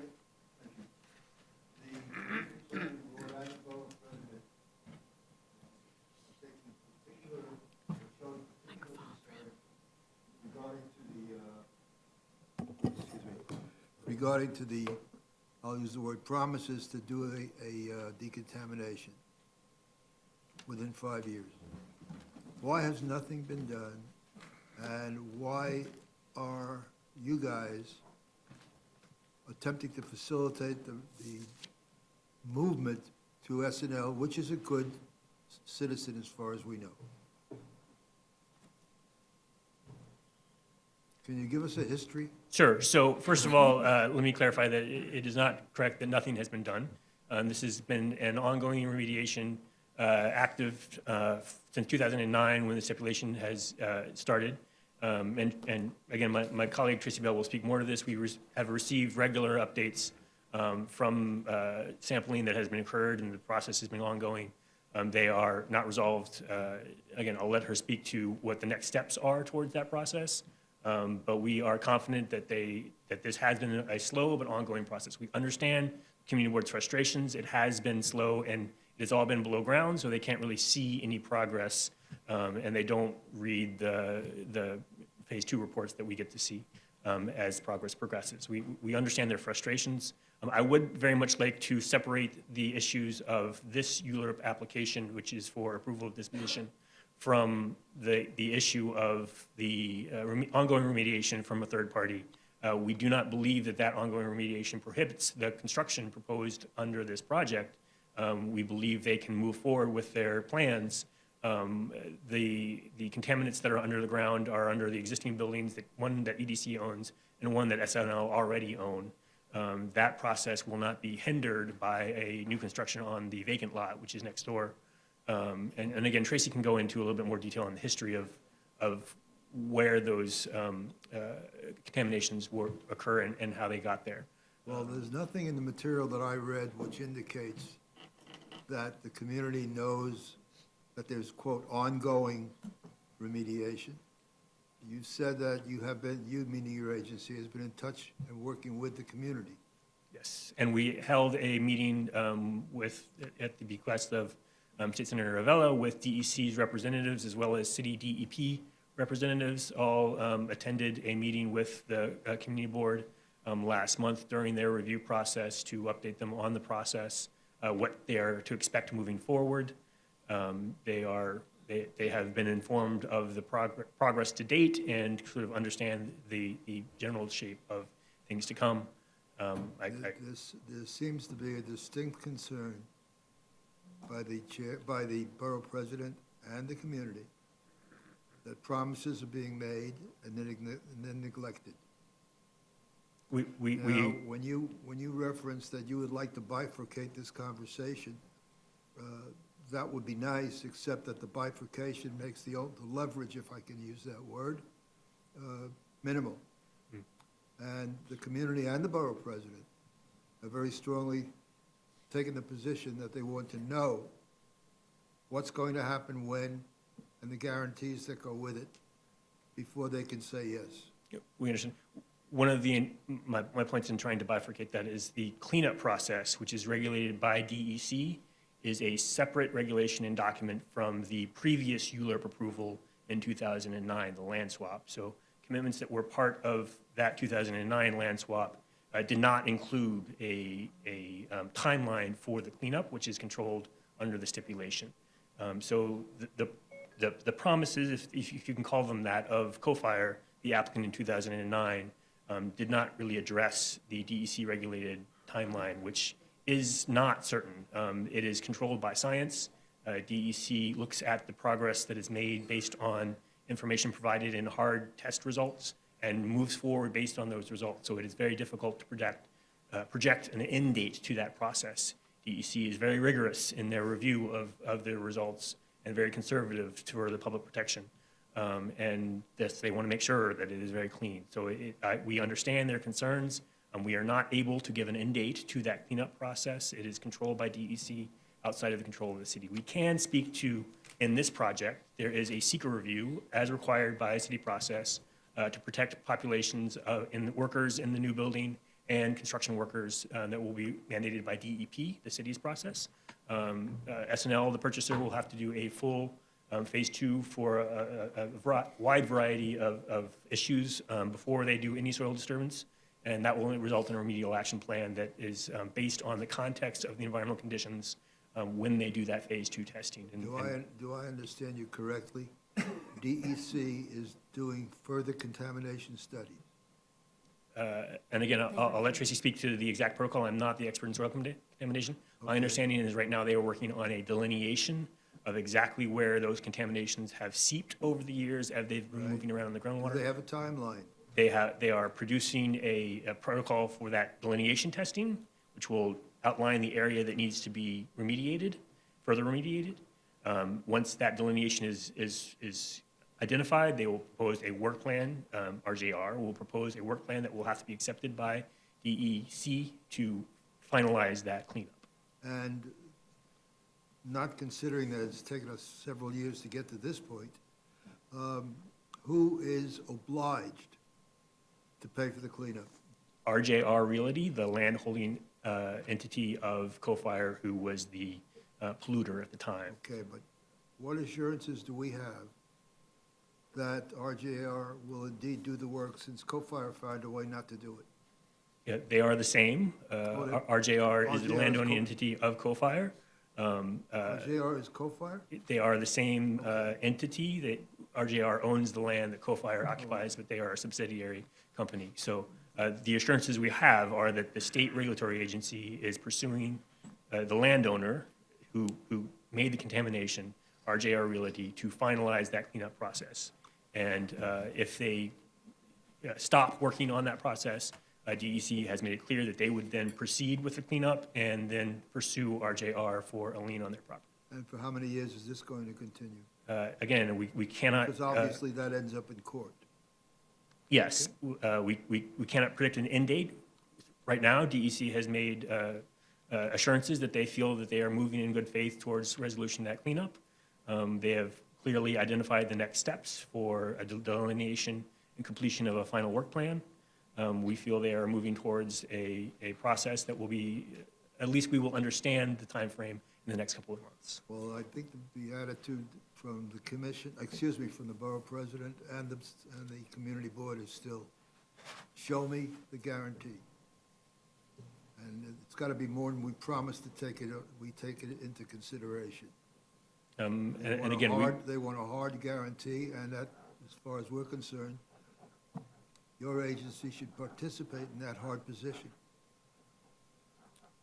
we understand the concern. We defer to DEC for enforcement of their regulations on this spill issue. If you don't honor the deal, if you don't, excuse me, if you don't close the deal, that's pretty persuasive, isn't it?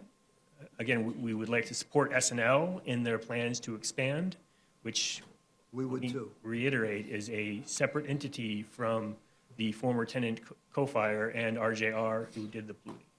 Except, yes, SNL may be caught in the middle, okay, and they're not to be blamed for this.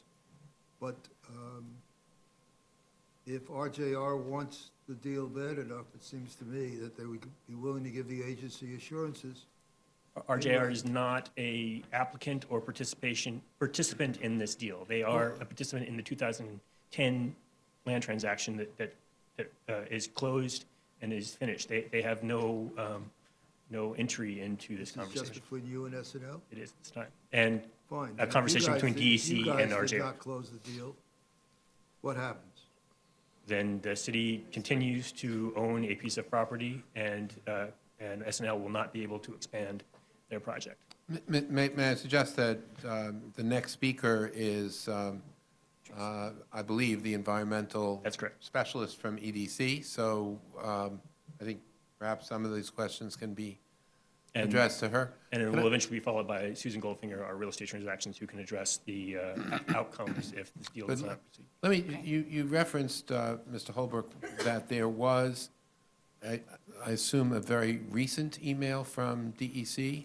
Yes, in response to your question on Monday, we sent an email to them, and they confirmed our speaking points that they are, and we can get that in a more formal writing and provide that to you. That, tomorrow. if I understand what that email says, it's that, DEC believes that RJR is proceeding in good faith and in a expeditious fashion, and no violations have been issued here. Is that correct? Those two things, yes. Could you get us that in writing? We can. Thank you. I think Ms. Levin had a question. Yes, maybe I'm confused about all of this, but where is, could you just point on this map, where is the site that has the, the concentration of the remediation effort, and how does that relate to SNL's expansion plans? Sure, Does the so- remediation have to happen before SNL can build, or is it under existing buildings, or? It is primarily under existing buildings, and again, I'll let my colleagues speak with more detail on where the actual wells that have located product are located, but in general, so the blue on this site is the new expansion of the building, which is currently vacant, and was, this is an existing building, again, the city owns this red portion, which is the issue of it, of this application. EDC owns this portion, which has an existing building that is vacant, and this is the occupied SNL Aerospace building. So the known products, most of the exceedances have been moving downgrade in this direction under these buildings. So where was the tank that leaked? The tank was about right here. Okay. That was closed, cleaned up, and all of the soil surrounding it was removed. However, those oils fell down to the groundwater and migrated as part of the groundwater over the years as they were cleaning up. And so now they have removed the product on the surface of the groundwater, and they want, and DEC soil condition where that product has been moving through the soil over the years. Okay. So does the remediation have to happen before SNL can expand? We do not believe so. All of that product is 18 feet below grade. SNL is proposing an on-grade slab building that would be built first story above that. It is not expected they would find any product in their construction site. Again, a full phase 2 test has to be done to document that, which has not been done yet, but would be required by DEP prior to ground disturbance. It will certainly include any appropriate remedial action plan, engineering plans, such as the vapor barriers and things like that, to protect the new building from any low grade. Okay, so the new building could get built while the remediation effort in the back and forth with Yes, we RJR believe so. continues? Yes, we believe so. Ms. Delauze? I'll wait for Tracy. Thank you, though. Okay, Ms. Efron? Since you're from EDC, I'll ask you an economic development question. Isn't this exactly what brownfield development is all about, and what the rest of the world seeks to find, which is contaminated land that can be cleaned up and repurposed for jobs? And toward that end, is there any federal money available for this project? Yes and no. This is a clear site where land can be cleaned for new jobs. However, there's a clear polluter in this case. There's an externality created by a separate company, and it is appropriate that that polluter would be responsible for their cleanup process. So I'm not sure that grant or subsidy would be available for a stipulation where the state is required for the polluter. Fair enough. I wasn't implying that somebody else should be responsible for the cleanup, and it sounds as if you're on top of the cleanup. But this seems to me to be a really exciting example for spaces all over the city that have a previous history that can be reused, and I applaud the action. Thank you. And that gives me an opportunity to point out that this condition exists in many, many locations over the city, where an adjacent property owner has caused pollution that has seeped over another property owners and is responsible for that cleanup. This is not unique in any way in our city, unfortunately. Ms. Zhang? Mr. Holbrook, I guess, I had a very different impression of what was going on here based on the memo from the community board. And I guess, I'm not sure if this is a question or an observation, but it seems like the content of the memo seems like perhaps the community board didn't have access to the same presentation details that you're presenting at this commission. I don't know, but it means certainly the content of the letter seems at odds with what you've presented. And you've spoken to various aspects of this already, but there are two issues in particular that the memo raises, and I wonder if you would speak directly to those two issues. One is this question about whether there were terms in the prior deal that were meant to be recorded into a deed transfer, and what the situation is from your perspective about that. And then secondly, their community board expressed a concern that they felt that SNL may need to come back to them, as they say, in fairly short order for some sort of relief in order to continue with their project. So I wonder if you would also speak directly to that. Sure, happy to. And again, my colleague, second colleague, Susan Goldfinger, is a real estate transaction person who can really speak to deed provisions. In 2010, we closed with the land swap with Co-Fire, and Co-Fire sent a letter to the community board justifying part of the rationale for that land swap was their ability to upgrade their plant, their facility, to use natural gas rather than fuel oil, which would improve air quality issues and provide benefit to the public. That's part of the rationale. They did not specify a time frame for completion of that work. They listed a number of things that they were justifications. That was one, and they also mentioned that there would be a requirement for them not to transfer the land or sell the land within a 5-year period after they've completed the transaction, which is typical. And that provision would be included in the deed restrictions that EDC reported with them on the sale. We did that. So there were 3 things in the letter, A, B, and C, and of which C was to be recorded in the deed and was. A and B were justification, but there was no clear implementation timeline, so it's difficult to enforce speak to them about how they've been moving slowly. We are all frustrated with their progress, but like as I said in my testimony, we speak with them regularly on this progress. Most of their updates are that they have been seeking building permits to get a C of O for their existing lot and the proposed and adjacent lots to finalize their process, their building permits. And although it's frustratingly slow, it's difficult for us to point a clear finger on them not moving forward. They speak to us about the difficulties of having Con Ed service installed, having the natural gas hookups that they need. So they are showing slow but steady progress. They have purchased a large amount of the materials, which they are storing in the Bronx, and they need the permits in order to install them. So I understand the community board's frustration that there was no clear time frame that was a hook on co-fire, but again, there was no commitment to that time frame either. And then the other question about whether... Right. Whether SNL will come back to the community, that is difficult to speak to. It is unclear what SNL could ask of the community board in the future. Again, this is a DEC regulated and DEC mandate on timing of that cleanup.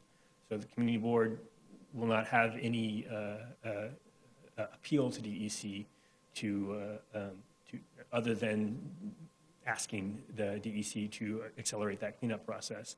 But there is nothing that is in the purview of the community board to really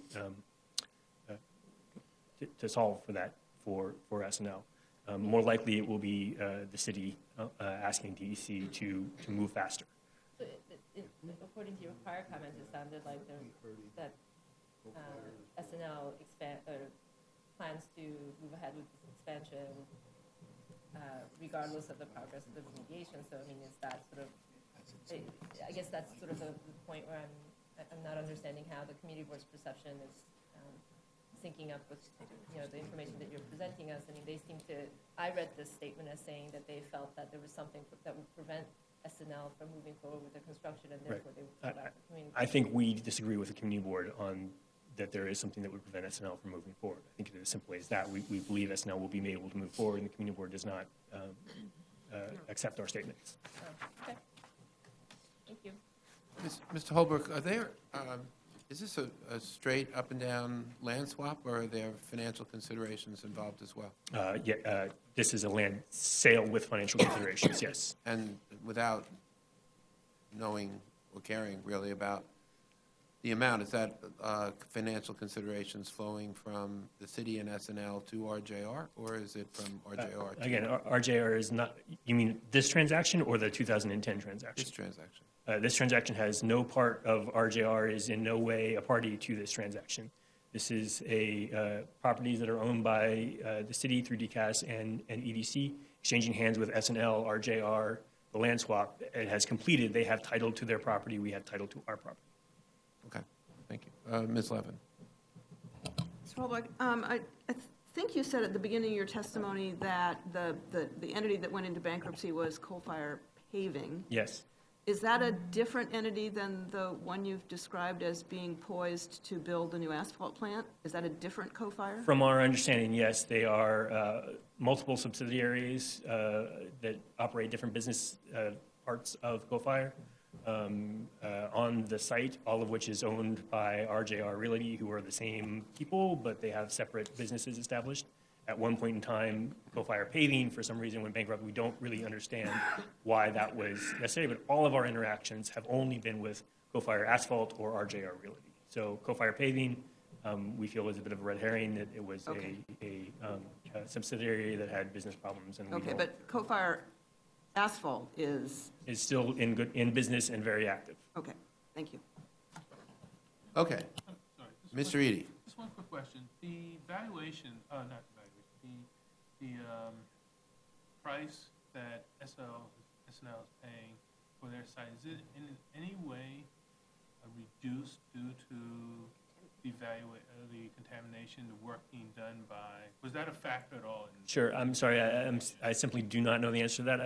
Again, Susan Goldfinger, my real estate transaction service, can speak to the appraisal process and the negotiated value. Okay, thank you. Okay, any other questions to Mr. Holbrook? Thank you very Thank you. much. Tracy Bell.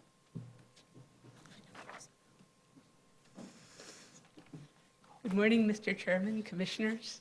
I'm Tracy Bell. I work at EDC in the Planning Department. I'm relatively new at EDC and haven't testified before you, so it's relevant to add that prior to this, I worked for 25 years as a manager for remediation and cleanup at a local utility. So here are the facts of the case. In 1998, an underground tank system on Co-Fire's property failed. The tanks were pulled, some cleanup was done. It was later determined that this spill affected a wider area than had been believed. In 2007, Co-Fire signed a stipulation with DEC legally binding them to accept liability to clean up all of the remaining contamination. The contamination is mainly right here under the existing building. There may be some over here, and there may be some extending off-site. Since 2007, Co-Fire has been working on removing the dissolved product from the surface of the groundwater. Process has been slow, as these processes are, but progress has been made, and the product is now down to unmeasurable thickness. So the free product has all been removed. So the next step is to address the impacted soil and groundwater. And so Co-Fire and DEC are finalizing a work plan to install new wells and borings, and mainly in the area that I described before, and also in the existing SNL building.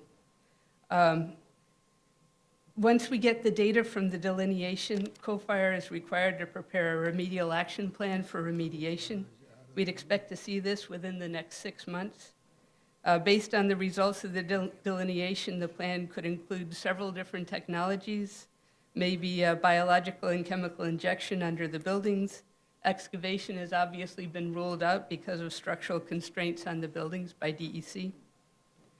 Closing on this site will allow SNL to occupy the existing building. Any remediation that occurs in this building, as well as any other non-Co-Fire owned property, will require the owner's cooperation and approval before it can be performed. And I'd be glad to answer any questions. Mrs. Telus. Hi, Tracy, how are you? Good to see you in this new capacity. Thank you. You actually touched on some of the questions that I had, which was, what would be the typical protocols for a remediation of this type? But maybe you can just speak a little bit more to what anticipated impact, if any, there might be on existing or proposed uses that we're considering today as a result of the typical protocol for remediation. And the other question I have is, so this is, there'll be remind me that of the timing of the public review process for the DEC. I guess when the remedial action plan is actually completed, is that what triggers the public review process? This is just a stipulation under the oil spill process, and there isn't a... No public review? No. Okay, so it's not the voluntary cleanup program? No. Okay. And I forget your other So question. basically, any potential impact on existing or proposed uses based on the typical cleanup standard for this kind of contamination? So you're talking about during the actual remediation? Yeah. That's something that will have to be worked out depending on what remediation they choose. Obviously, the first thing is that you don't want to impact anyone that is in the building during the actual remediation. And if that can be, if there is a technology, which I believe there will be, that can be performed while people are occupying the building, then that's what will happen. And if there is not, then what has happened in my experience is that the remediation has not occurred until there's a change of use in the property, meaning that the building is pulled down or vacant. Thank you. Mr. Eady. Given the length of time that has passed since the discovery and remediation has been going on, has there been any further testing off-site to determine whether or not it's contained, or the contamination is contained on-site, or maybe has migrated to other properties in the adjacent area? This has been going on since 2007. There are some existing monitoring wells right along, like right in this area, which is where which is where we think the groundwater is going.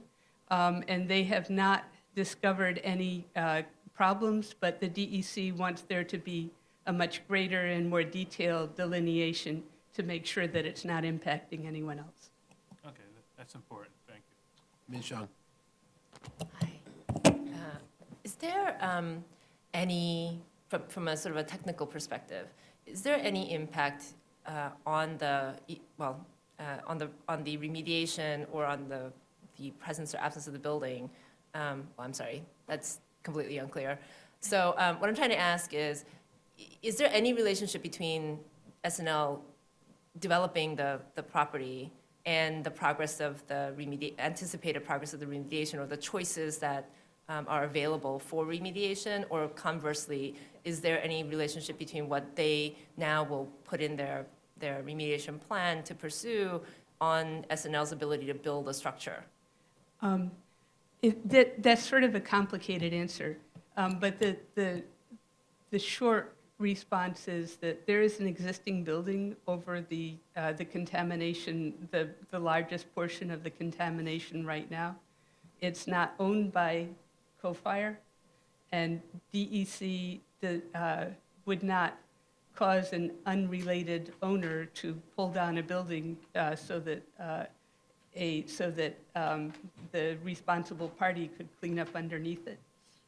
That wasn't what I was asking, actually. What I was asking is more like,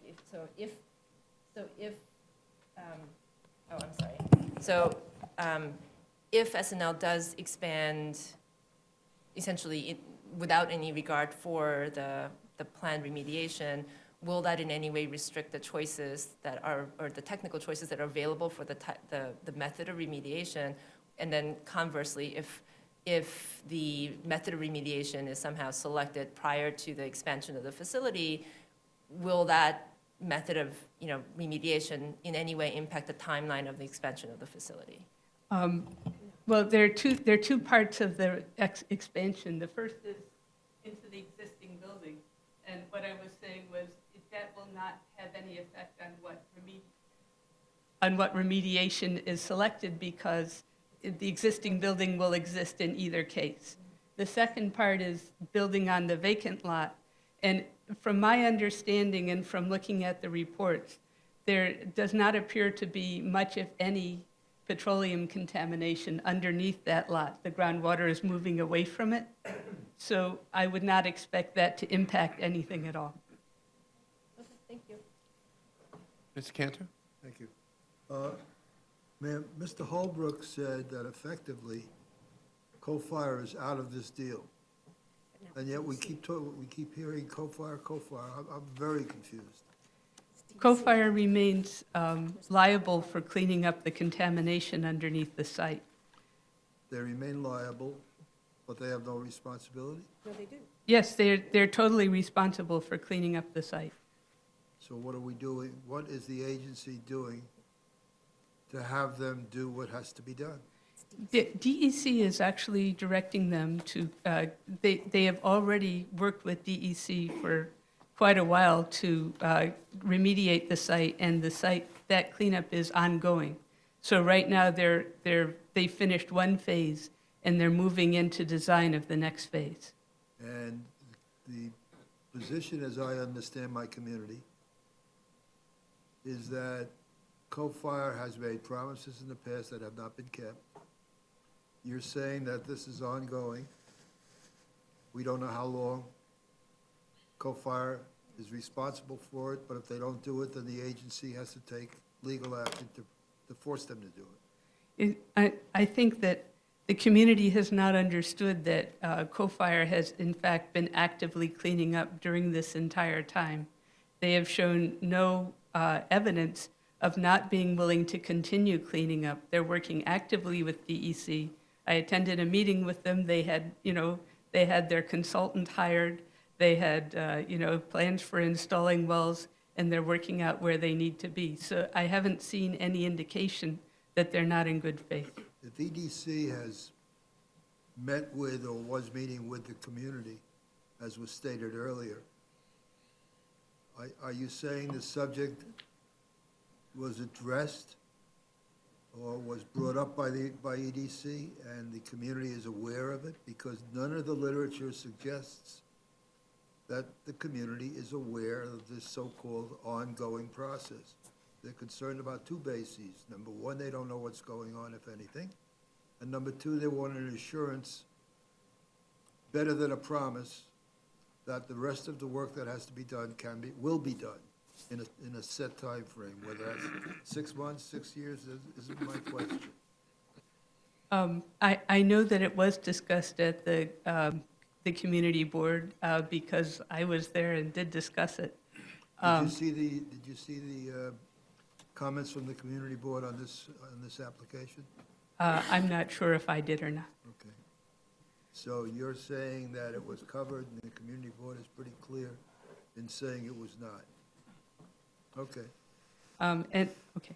okay, thank you. Ms. Delos, and then Mr. Tracy, Marie. and, obviously, there's probably more information that folks would love to have, and even though I know it's not necessarily your purview, but to the extent that you're involved in the discussions with Coal Fire and with DEC on this particular topic, and even though it's not required to have a formal public review, perhaps you could recommend to the parties involved that when the remedial action plan is actually released, that they go and brief the community board and have a full discussion on it. I agree, and yes, I will. Mr. Marin. Tracy, good afternoon. Pleasure to see you, and congratulations. Thank My question is, I understand that there's something somewhere, and my question is a bit more technical, having worked on projects where the land is open and you can actually dig up the soil, put in a wall, resolve some of these issues while there's no buildings. You mentioned something about impregnating some kind of material into the soil. What is the material, if you know? What does it do? Does it push this material further out? Does it absorb the material? What is it that gets done to not disrupt the street bed, the buildings? Because otherwise, you would need to tear all this up to get all the soil out. So what is it that you do in terms of impregnating without disrupting streets, buildings, and how does that get out? Typically, what happens, and the details of this would obviously be what the remedial action plan will contain. But in general, what happens is you either inject chemicals which react with the contaminants and destroy them, or else you inject bacteria that basically eat the contamination. And in either case, if you can get it well enough dispersed, which they have technologies to do, that will actually destroy the contamination in place without having to dig anything up, which would be better in this case. Obviously, and that's because otherwise the other factor would be tear down a building, rip a road bed up, and that's not what we're prepared to do here. So I think it's and I happen to agree with a couple of commissioners that commented about word out to the community. I mean, even if you don't have a remedial action plan yet, I think that the community should be made aware that there is progress going on, whatever that minimal progress may be. And if there is information that could be shared, it's a learning experience, it should be shared with the community so that they can see that something is happening, whether minimal or not. Yes, sir. Thank you. Ms. Levin. I just want to double down on that point. Because we're all staring at the community board's recommendation to us. And it has this little description of the meeting that you attended, apparently. A follow-up meeting arranged by our state elected officials was held on March 27th, 2015. Although the meeting was well attended by city officials, the meeting proved to be more of the same with no definitive answers. Is that the way the meeting felt to you? I felt that although we were giving them answers, they didn't feel they were definitive. Well, there's but that's kind of the nature of this work, I would think. And, I think the kind of exchange we've had here and the information you've provided to us has certainly given me a sufficient understanding of the complexity of the problem. And, if I were sitting in that meeting and you were making the same presentation that you made to us, I don't think I would have written this sentence. So I'm a little confused about what happened with the community. I came into this very shortly before the community board, and I don't really understand what the dynamics are with the community, but they seem very angry. That, Yeah. yes, Let- is sometimes the nature of the thing. But, I think just as I think your testimony to us has been very helpful to us, that a continued conversation in the same,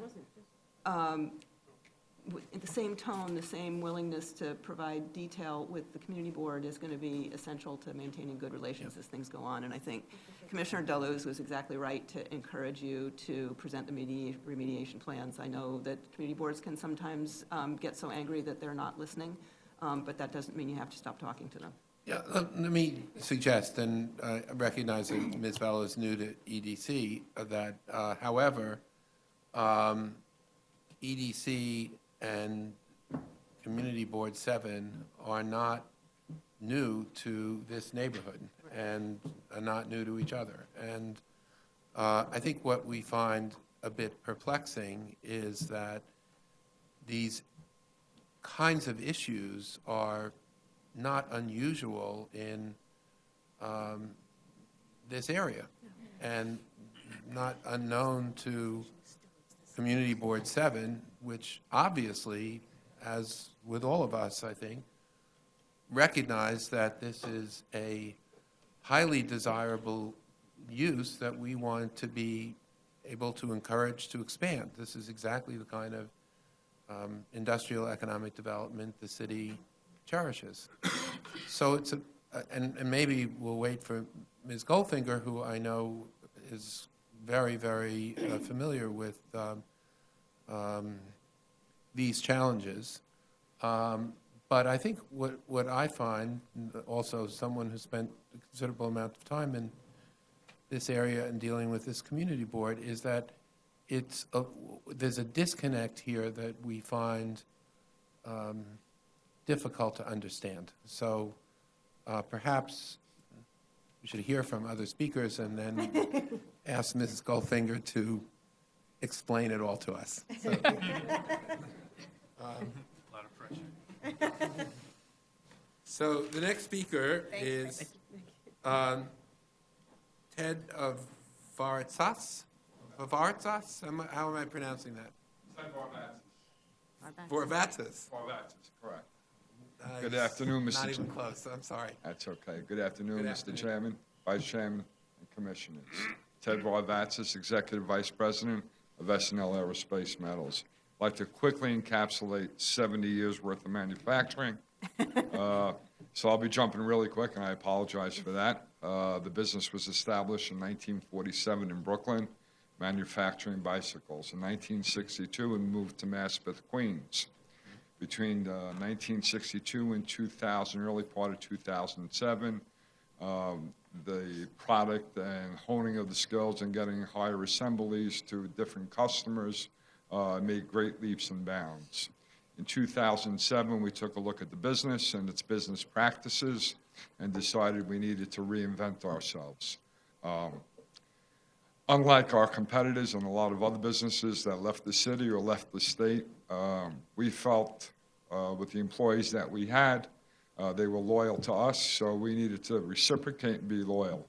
We moved to College Point. We gave lean initiatives, Kaizen events. At this point in time, we need to grow. We were the first truly small business that has supplied an OEM a full landing gear. That happened about 8 weeks ago. So we've no bid many opportunities. We had to bid some, hoping that this deal would go through. It's imperative that it does. At a minimum, there'll be 20 jobs, highly paid, full benefits. We believe it'll be more, hopefully if we have more fortune going forward. So it's truly important to get the growth out of the property and the business. Thank you. Questions? Ms. Deleuze? Maybe I could just, I'm sorry, just read this if you don't mind. Until recently, we expected our expansion would not be significantly impacted, if at all, by ongoing remediation and DEC stipulation agreement. We understand that a new remedial action plan will be produced by COFI and approved by the DEC. A Upon review of this plan, we will better understand how our expansion can be coordinated. During this time, we also plan to perform a Phase 2 to determine whether there are any other environmental issues at the property, particularly of gradient of the spill. This will give us the information necessary to appropriately plan our expansion. Yes, actually, that does raise a question for me. I realize the Phase 2 has not been done here. In the nature of the proposed transaction between you and EDC, you as the potential new fee owner of this site, are you protected against environmental remediation, and if so, to what extent? That there I would like to defer to council, having best that knowledge. Okay.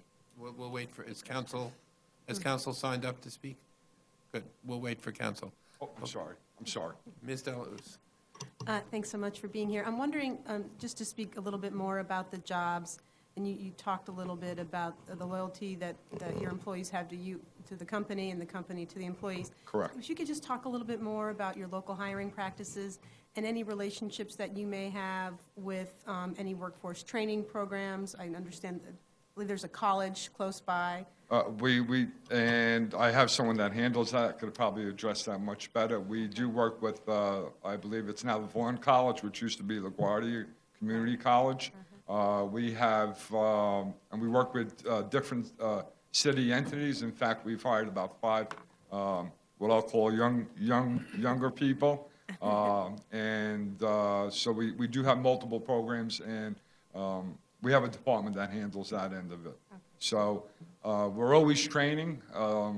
It is difficult to find workers or employees that they just don't wake up in the morning and say, we want to work in manufacturing. So we need to do a lot of training going forward, as most manufacturers.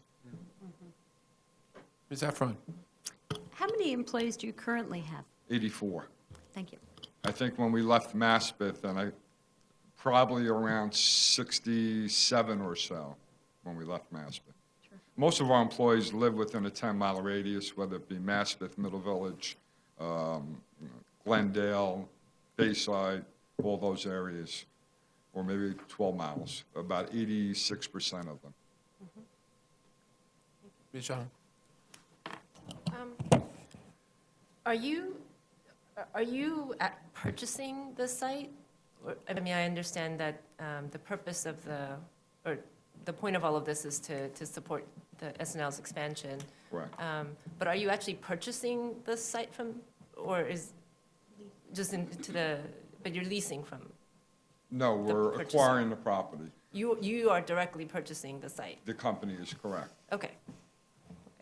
Thank you. Mr. Cantor. Well, then, I don't know how far that gets you to go with regard to the financials, but presumably you were aware of this issue when you entered into negotiations with the EDC? Why don't we hold that? I mean, I think council can best answer that, so why don't we hold it for council? And Can I ask another question? sure, Ms. Efron. Another quick question. Sure. Are you planning to go for an IDA bond for the new building? We haven't looked down that avenue. We do have primary lenders that are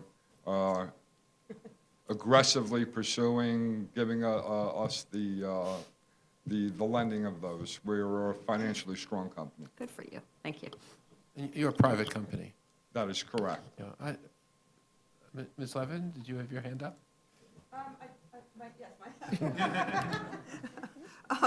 Because I wanted to follow up on something that Mr. Barbatz has said about the ownership of that you would be acquiring the site. The materials we have identify a Bauja Holding LLC, which says that they will then be leasing to SNL. What's the relationship between SNL and Bauja? That's just a holding company for the operating side. Okay, but same within correct. the same family? That This is is not a correct. third-party lease transaction? No. Okay, thank you. Thank you. I just do want to say, I'm sure on behalf of all of us, that we very much appreciate your commitment to the city. And want to make sure that you can expand here in a expeditious fashion. And I think the issue really is not only how we protect the city, but in truth, how we protect you as well. So, Thank you, Mr. Chairman. Thank you for your time.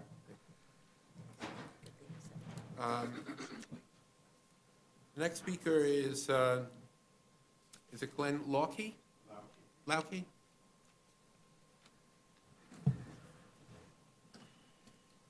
Thank you, Commissioner Weisbrod, Chairman Weisbrod and Vice Chairman Knuckles and Commissioners.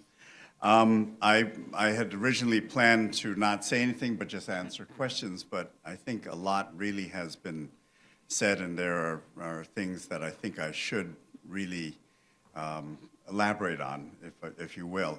And a lot of it, I think, the one question I want to... Just to identify yourself, Yes. Are you the counsel to SNL? I'm counsel to SNL, that's correct. And I also have the next speaker here, Larry Snaff, who is the environmental counsel at SNL on this.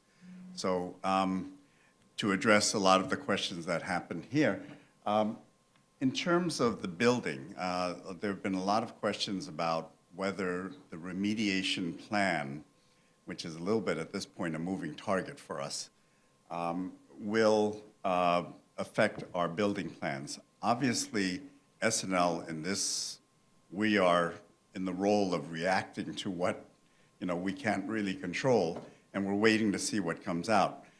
At the time that we entered into the contract of sale to purchase these parcels, we had certain assumptions. We had certain data, environmental data, and we made certain assumptions of the risk, the environmental risk and other things, and as well as projections as to what we could build and when. Well, those turned out to be shifting, if you will.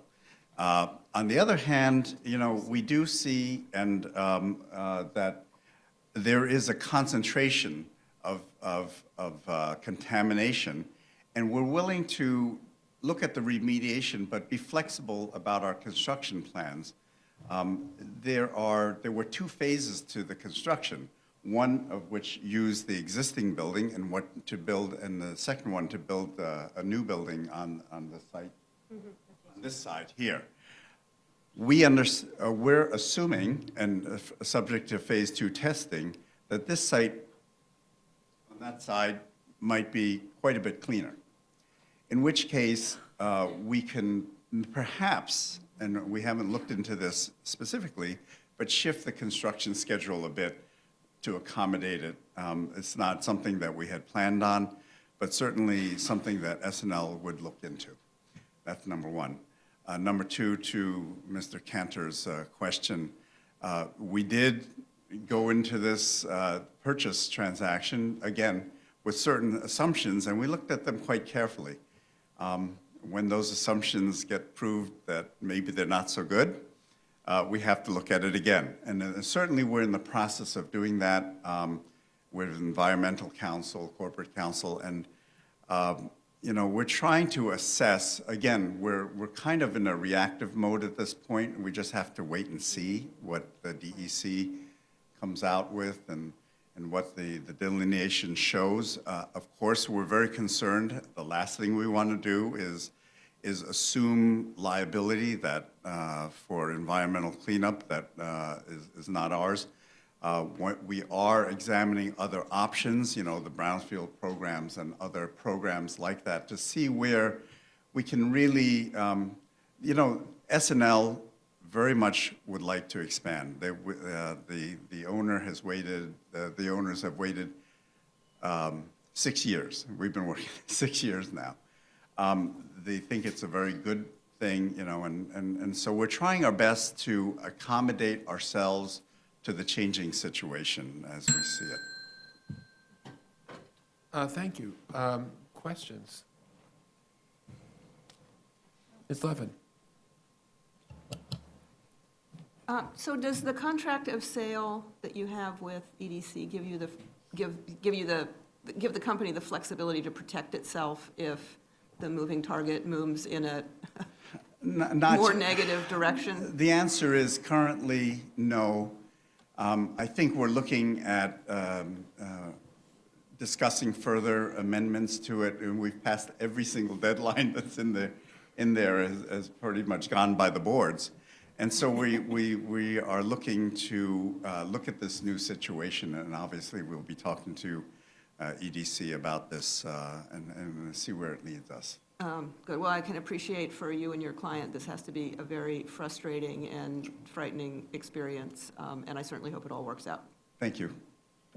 Just like, I'm a little, your client has been essentially on this site or adjacent to the site for some time, Right. and this issue with co-fire has also existed for some time. So when you describe it as a new situation, from your perspective, what does that mean exactly? The new situation I'm talking about is the DEC coming in and saying, you know what, the remediation plan that was in place, and there was one in place, may not be as good as we think it is, and the current testing shows that there may have to be a different remediation plan. That's the thing. We had gone into this thinking the remediation plan was pretty much set, that the no action letter would issue momentarily, and which is, hope springs eternal. But no, it really is, that is the moving target for us. And so it brings additional. And that's in advance of the phase 2. That's correct. That's correct. And it's in advance of the phase 2. So we're really looking at a very complicated shifting situation here, when to do the phase 2, what it's going to show us, what sort of program can we get into to help this along. SNL's sole objective in this is really to acquire the property for its business. We understand and we want to take care of the community concerns on this too as well. We share everyone's frustration at the pace of everything going along. It has been a question which we've answered, but on the other hand, we can't think of a better way to move things along than to, get out whatever incentives we can to push things along and help them move along forward. Well, for good or for ill, at least our process is fixed by law. So, and it has its good and not so good sides, especially in a situation like this. But, right. But we obviously want to be expeditious and at the same time want to assure both you and the public that your expansion should go forward as smoothly as possible. Thank you very much. Mr. Cantor. Just an observation, Mr. Chair. I was told that the contamination is moving. It's flowing, I don't know which direction. But the thought occurs to me that the sooner it would have been taken care of, the less there would have been to float. Absolutely. Mr. Eady. Is it your client's intention to do the phase 2 after they acquire the site or before? Before. Before, okay. Absolutely. Okay, good. In fact, we're in discussions with, now that the site has been vacated, it seems to us now's the perfect opportunity to really go on there and with DEC's cooperation and see really what's going on there. Okay, good, thanks. Any other questions, Mr. Lapp? Thank you very much. Thank you very much. Next speaker is Lawrence Schimpf, is that correct?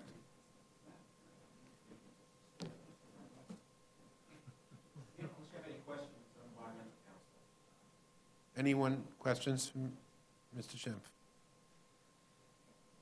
Okay, the next speaker is the heralded Susan Goldfinger.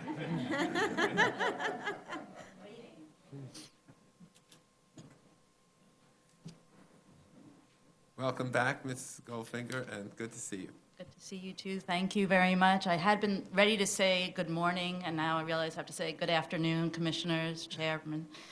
I'm happy to be here supporting SNL's plan to expand onto this site. We do think that this is a fabulous opportunity for this company that already lives and breathes in College Point to continue to grow here. They've been very patient as we've gone through a number of steps to get this site in a place where we could move forward to allow them to expand. So I'm happy to answer any questions. I do want to say that this is, reiterate that this is unrelated to RJR Realty. SNL and RJR Realty are two completely unrelated entities. The only reason RJR is in discussion today is because of the ongoing cleanup that they are obligated to do, and that's pursuant to an agreement with the state, with DEC. So I have a number of questions, and I know you are as expert as they come at EDC on the history of College Point Industrial Park and its longstanding relationship with Community Board 7. And this is not the first, by any means, the first instance of remediation issues in College Point. Why is there, from the testimony we've heard from your colleagues, compared to what we've gotten from the community board and the borough president, why is there such an apparent miscommunication between EDC and Community Board 7 here, as best you can tell? I think there's a number of, EDC has a number of projects within CB7.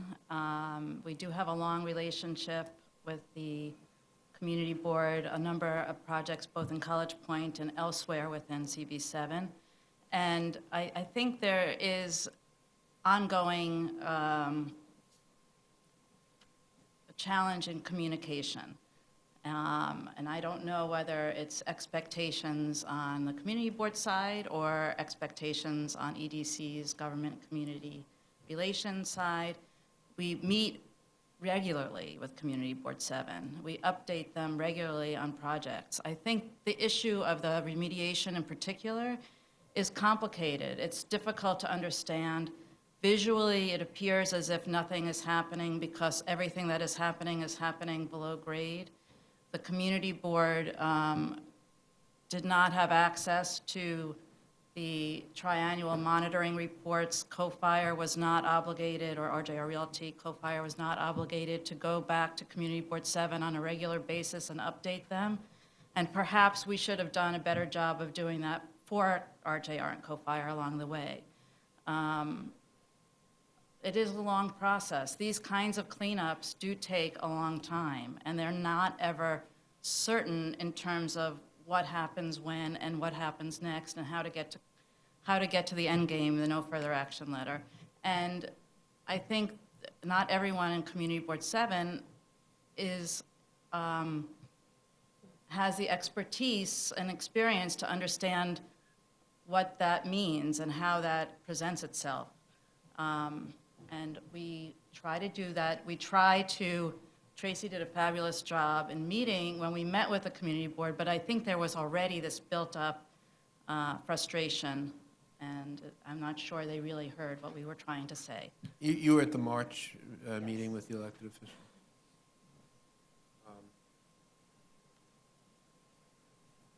Ms. Deleuze.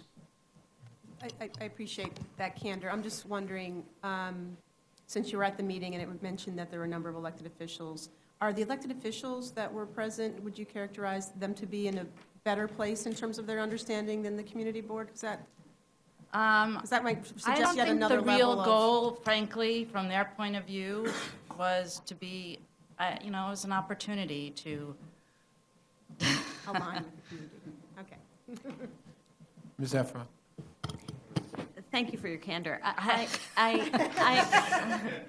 know, it's all like on the minutes, No, too. it was a very sincere thank you. But as I look at the map and I have heard the conversations about the groundwater and its flow, and without having a topographical map, maybe this is just a guess or I'm just surmising, but the residential neighborhood is pushing right up against this. Yes. And in all fairness to the community board or the constituents they represent, surely EDC has a ton of experience of manufacturing, pushing up against residential neighborhoods. Are there intermediaries or other examples that EDC has in its arsenal to see how they may bring about a more positive interaction between the residents and an industrial neighborhood? Because I do believe the future of manufacturing in New York depends on it. It's a good question. I'm not sure that I am the expert on that, but I will take that back. Perhaps if College Point had a CDC who could help bring all the stakeholders together, Exactly. that might be helpful. Or an LDC, or Yes. a bid, or... Well, and actually, EDC is working with, there is a College Point fund that was created. All the property owners that we've sold property to pay into this fund, this College Point Improvement Fund. And we've been working very closely with those businesses as well as with the Borough President and Community Board 7 on trying to find a way to turn that into something that is more interactive, that there's more opportunity for everyone to understand both where the money that's being raised and how that money is spent in the corporate park for improvements. Can I add something?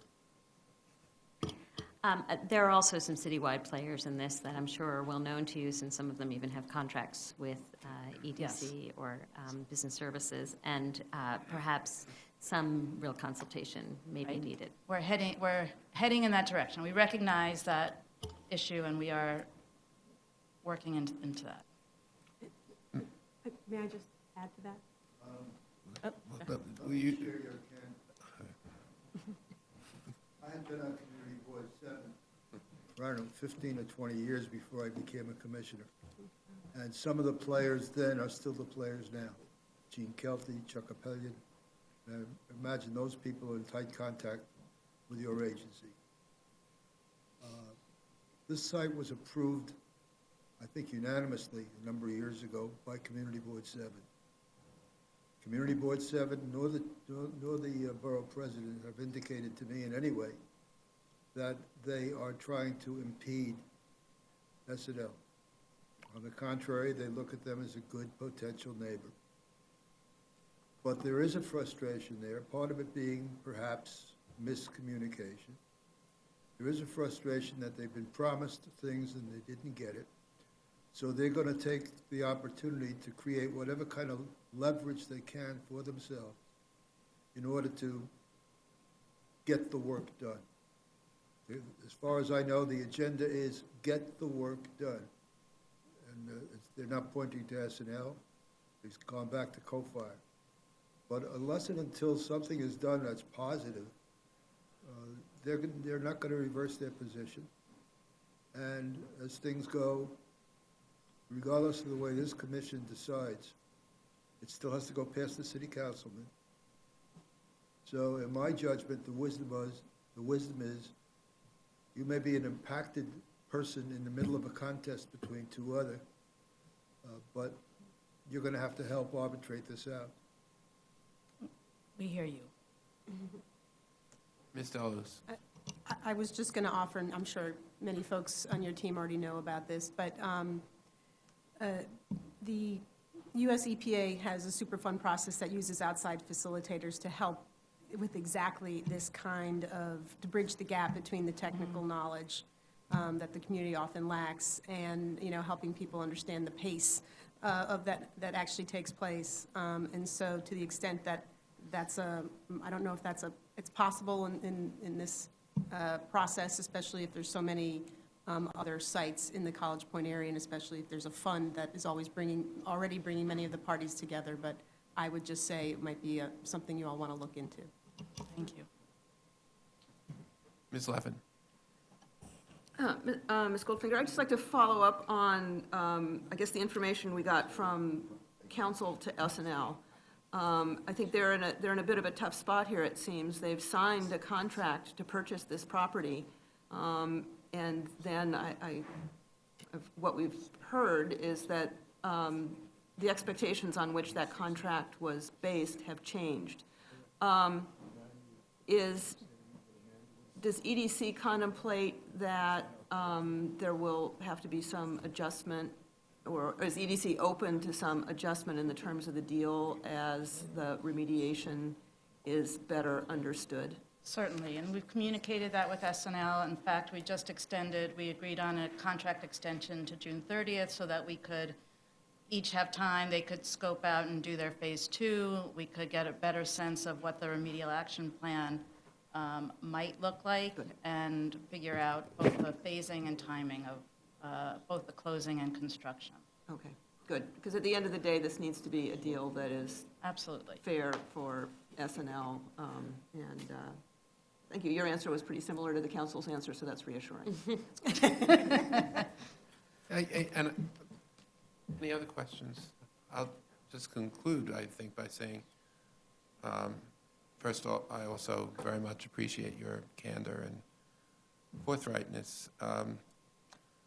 And as you know, I have enormous regard for you and for EDC. And I think what is probably so frustrating for all of us here is that there is virtual unanimity on virtually all sides of what the ultimate goal is here, which is to allow SNL to expand and to do so in a manner that doesn't open it up to significant remediation liability. And at the same time, I'm sure ultimate unanimity that the remediation on the site has to go forward. And to me, this is, what's frustrating about it is that the parties to the transaction, that is to say EDC and SNL, don't have total control over the remediation, and recognizing that the community perhaps could have been better informed about what has been taking place and what will take place. I will say that there is a certain comedy, COMITY, among government, and sometimes that's very frustrating, but that EDC, with its experience, with its expertise, and with its creativity, can play with DEC to accelerate and focus the remediation efforts that have to be undertaken here, almost irrespective of what the community board thinks because of SNL. And I know that's not always easy, that there are various levels of government that make that complicated, but this is truly one of the real value addeds that EDC itself brings to this process, and I just urge you to do what you can with DEC particularly in order to resolve this and focus it in a way that leads to the result we all want to see. Thank you. Thank you. Thank you, Ms. Goldfinger. Thanks.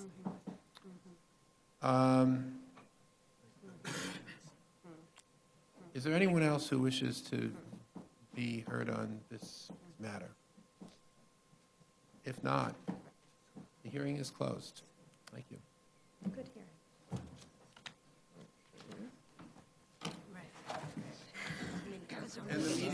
And the meeting is adjourned? Any other matters to come before us today? That was a- Hearing none, the hearing is adjourned. That was great. That will not be the first or last time this issue comes up.